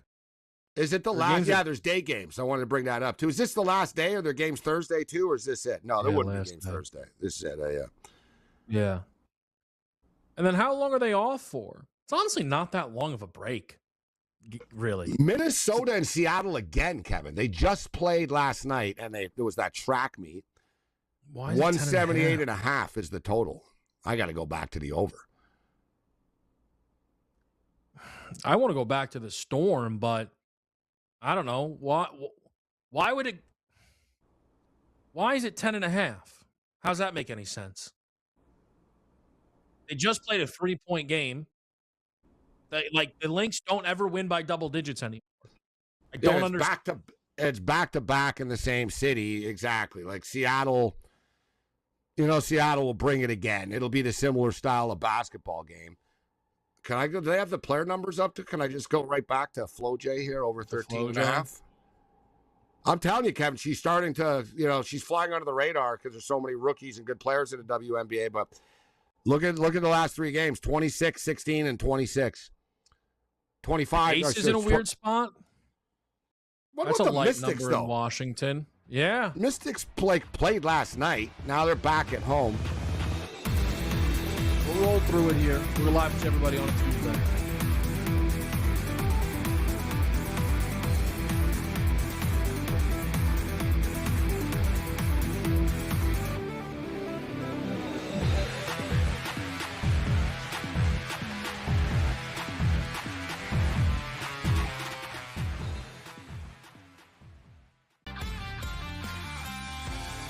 Come in a lot more better prepared to play than say we did, having to learn some of the things that we learned coming into the NFL that we weren't learning in college. A lot of these kids are getting quarterback coaches, as far back as junior high school and all the way through high school into college.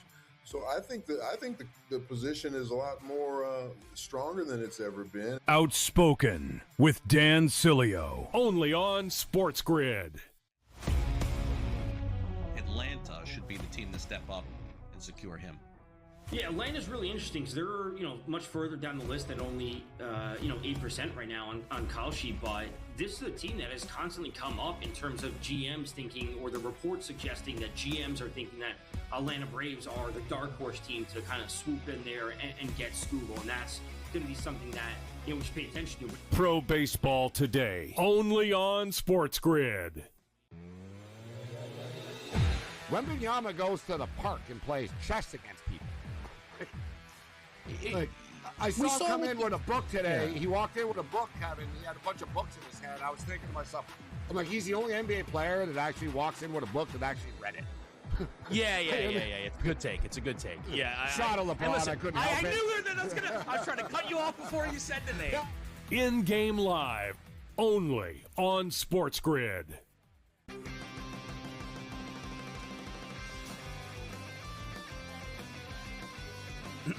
Class is in session. Today, let's talk about the teaser. A teaser is a multi-leg bet where you shift the point spread in your favor. You get better numbers, but every selection has to win. It doesn't matter what you bet if you don't have the insights. Tune into SportsGrid and get ahead of the class.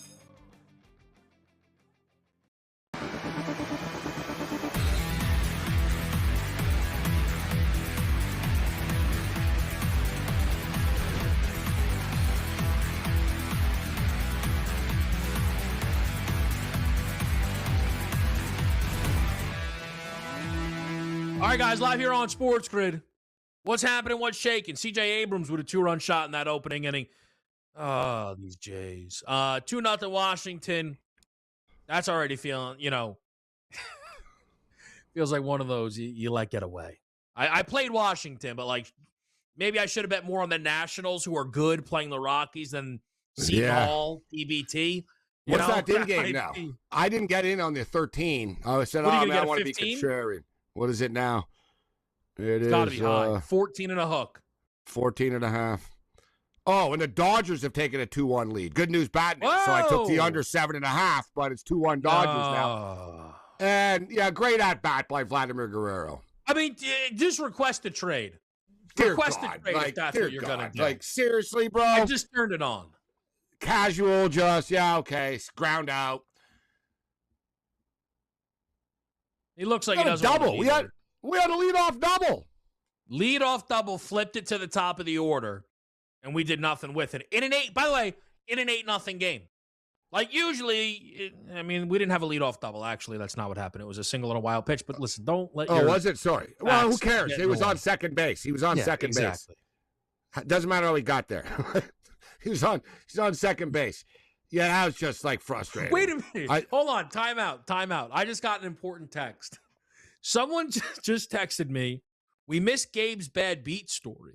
If you can fill us in.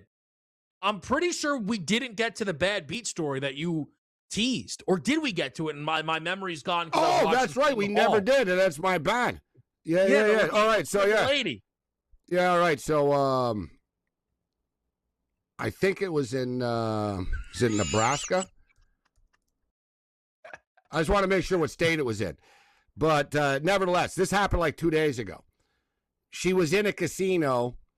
She's in a casino. She puts $100 in a slot machine. It starts going crazy and rings up and says she won $8 million. Oh.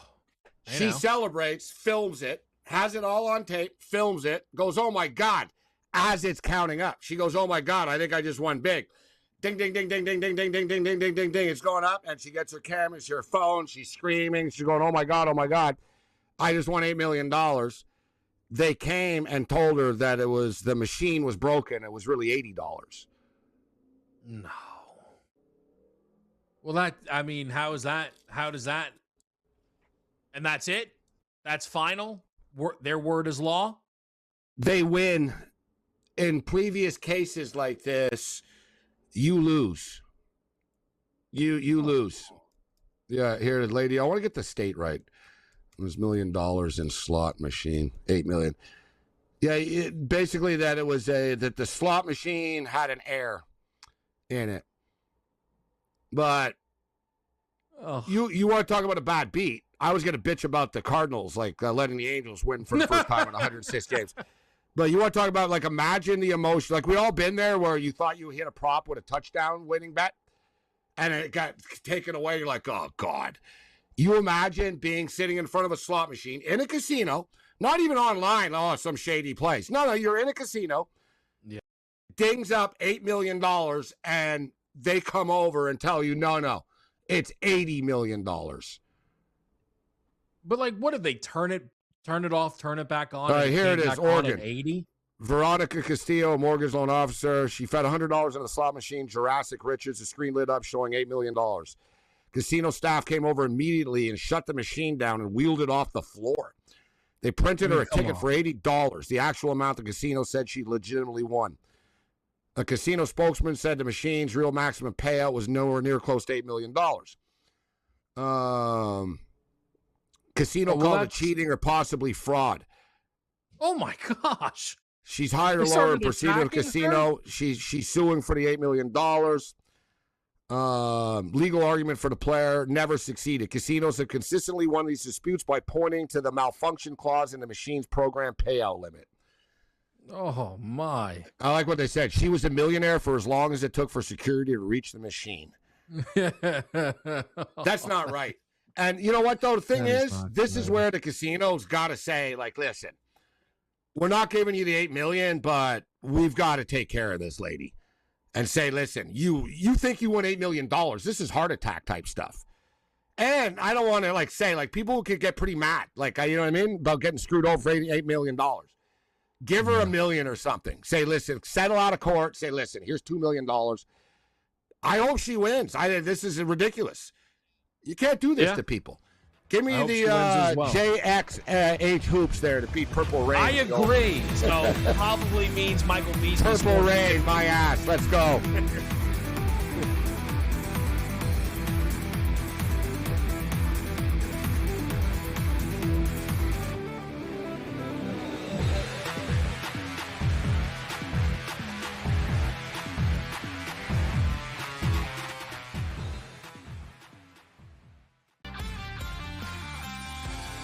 Come in a lot more better prepared to play than say we did, having to learn some of the things that we learned coming into the NFL that we weren't learning in college.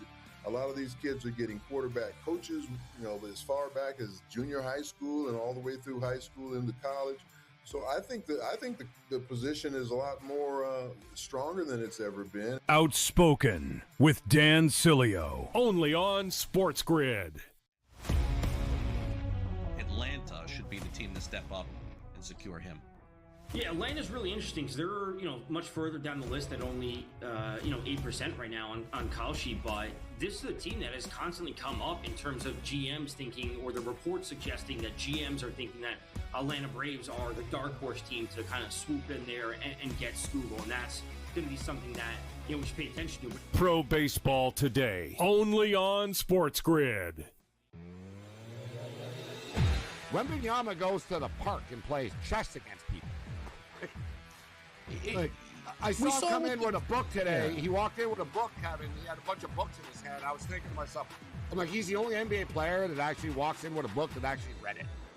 Yeah. It's a good take. Yeah. Shot of LeBron. Listen, I couldn't help it. I knew that I was trying to cut you off before you said the name. In-game live, only on SportsGrid.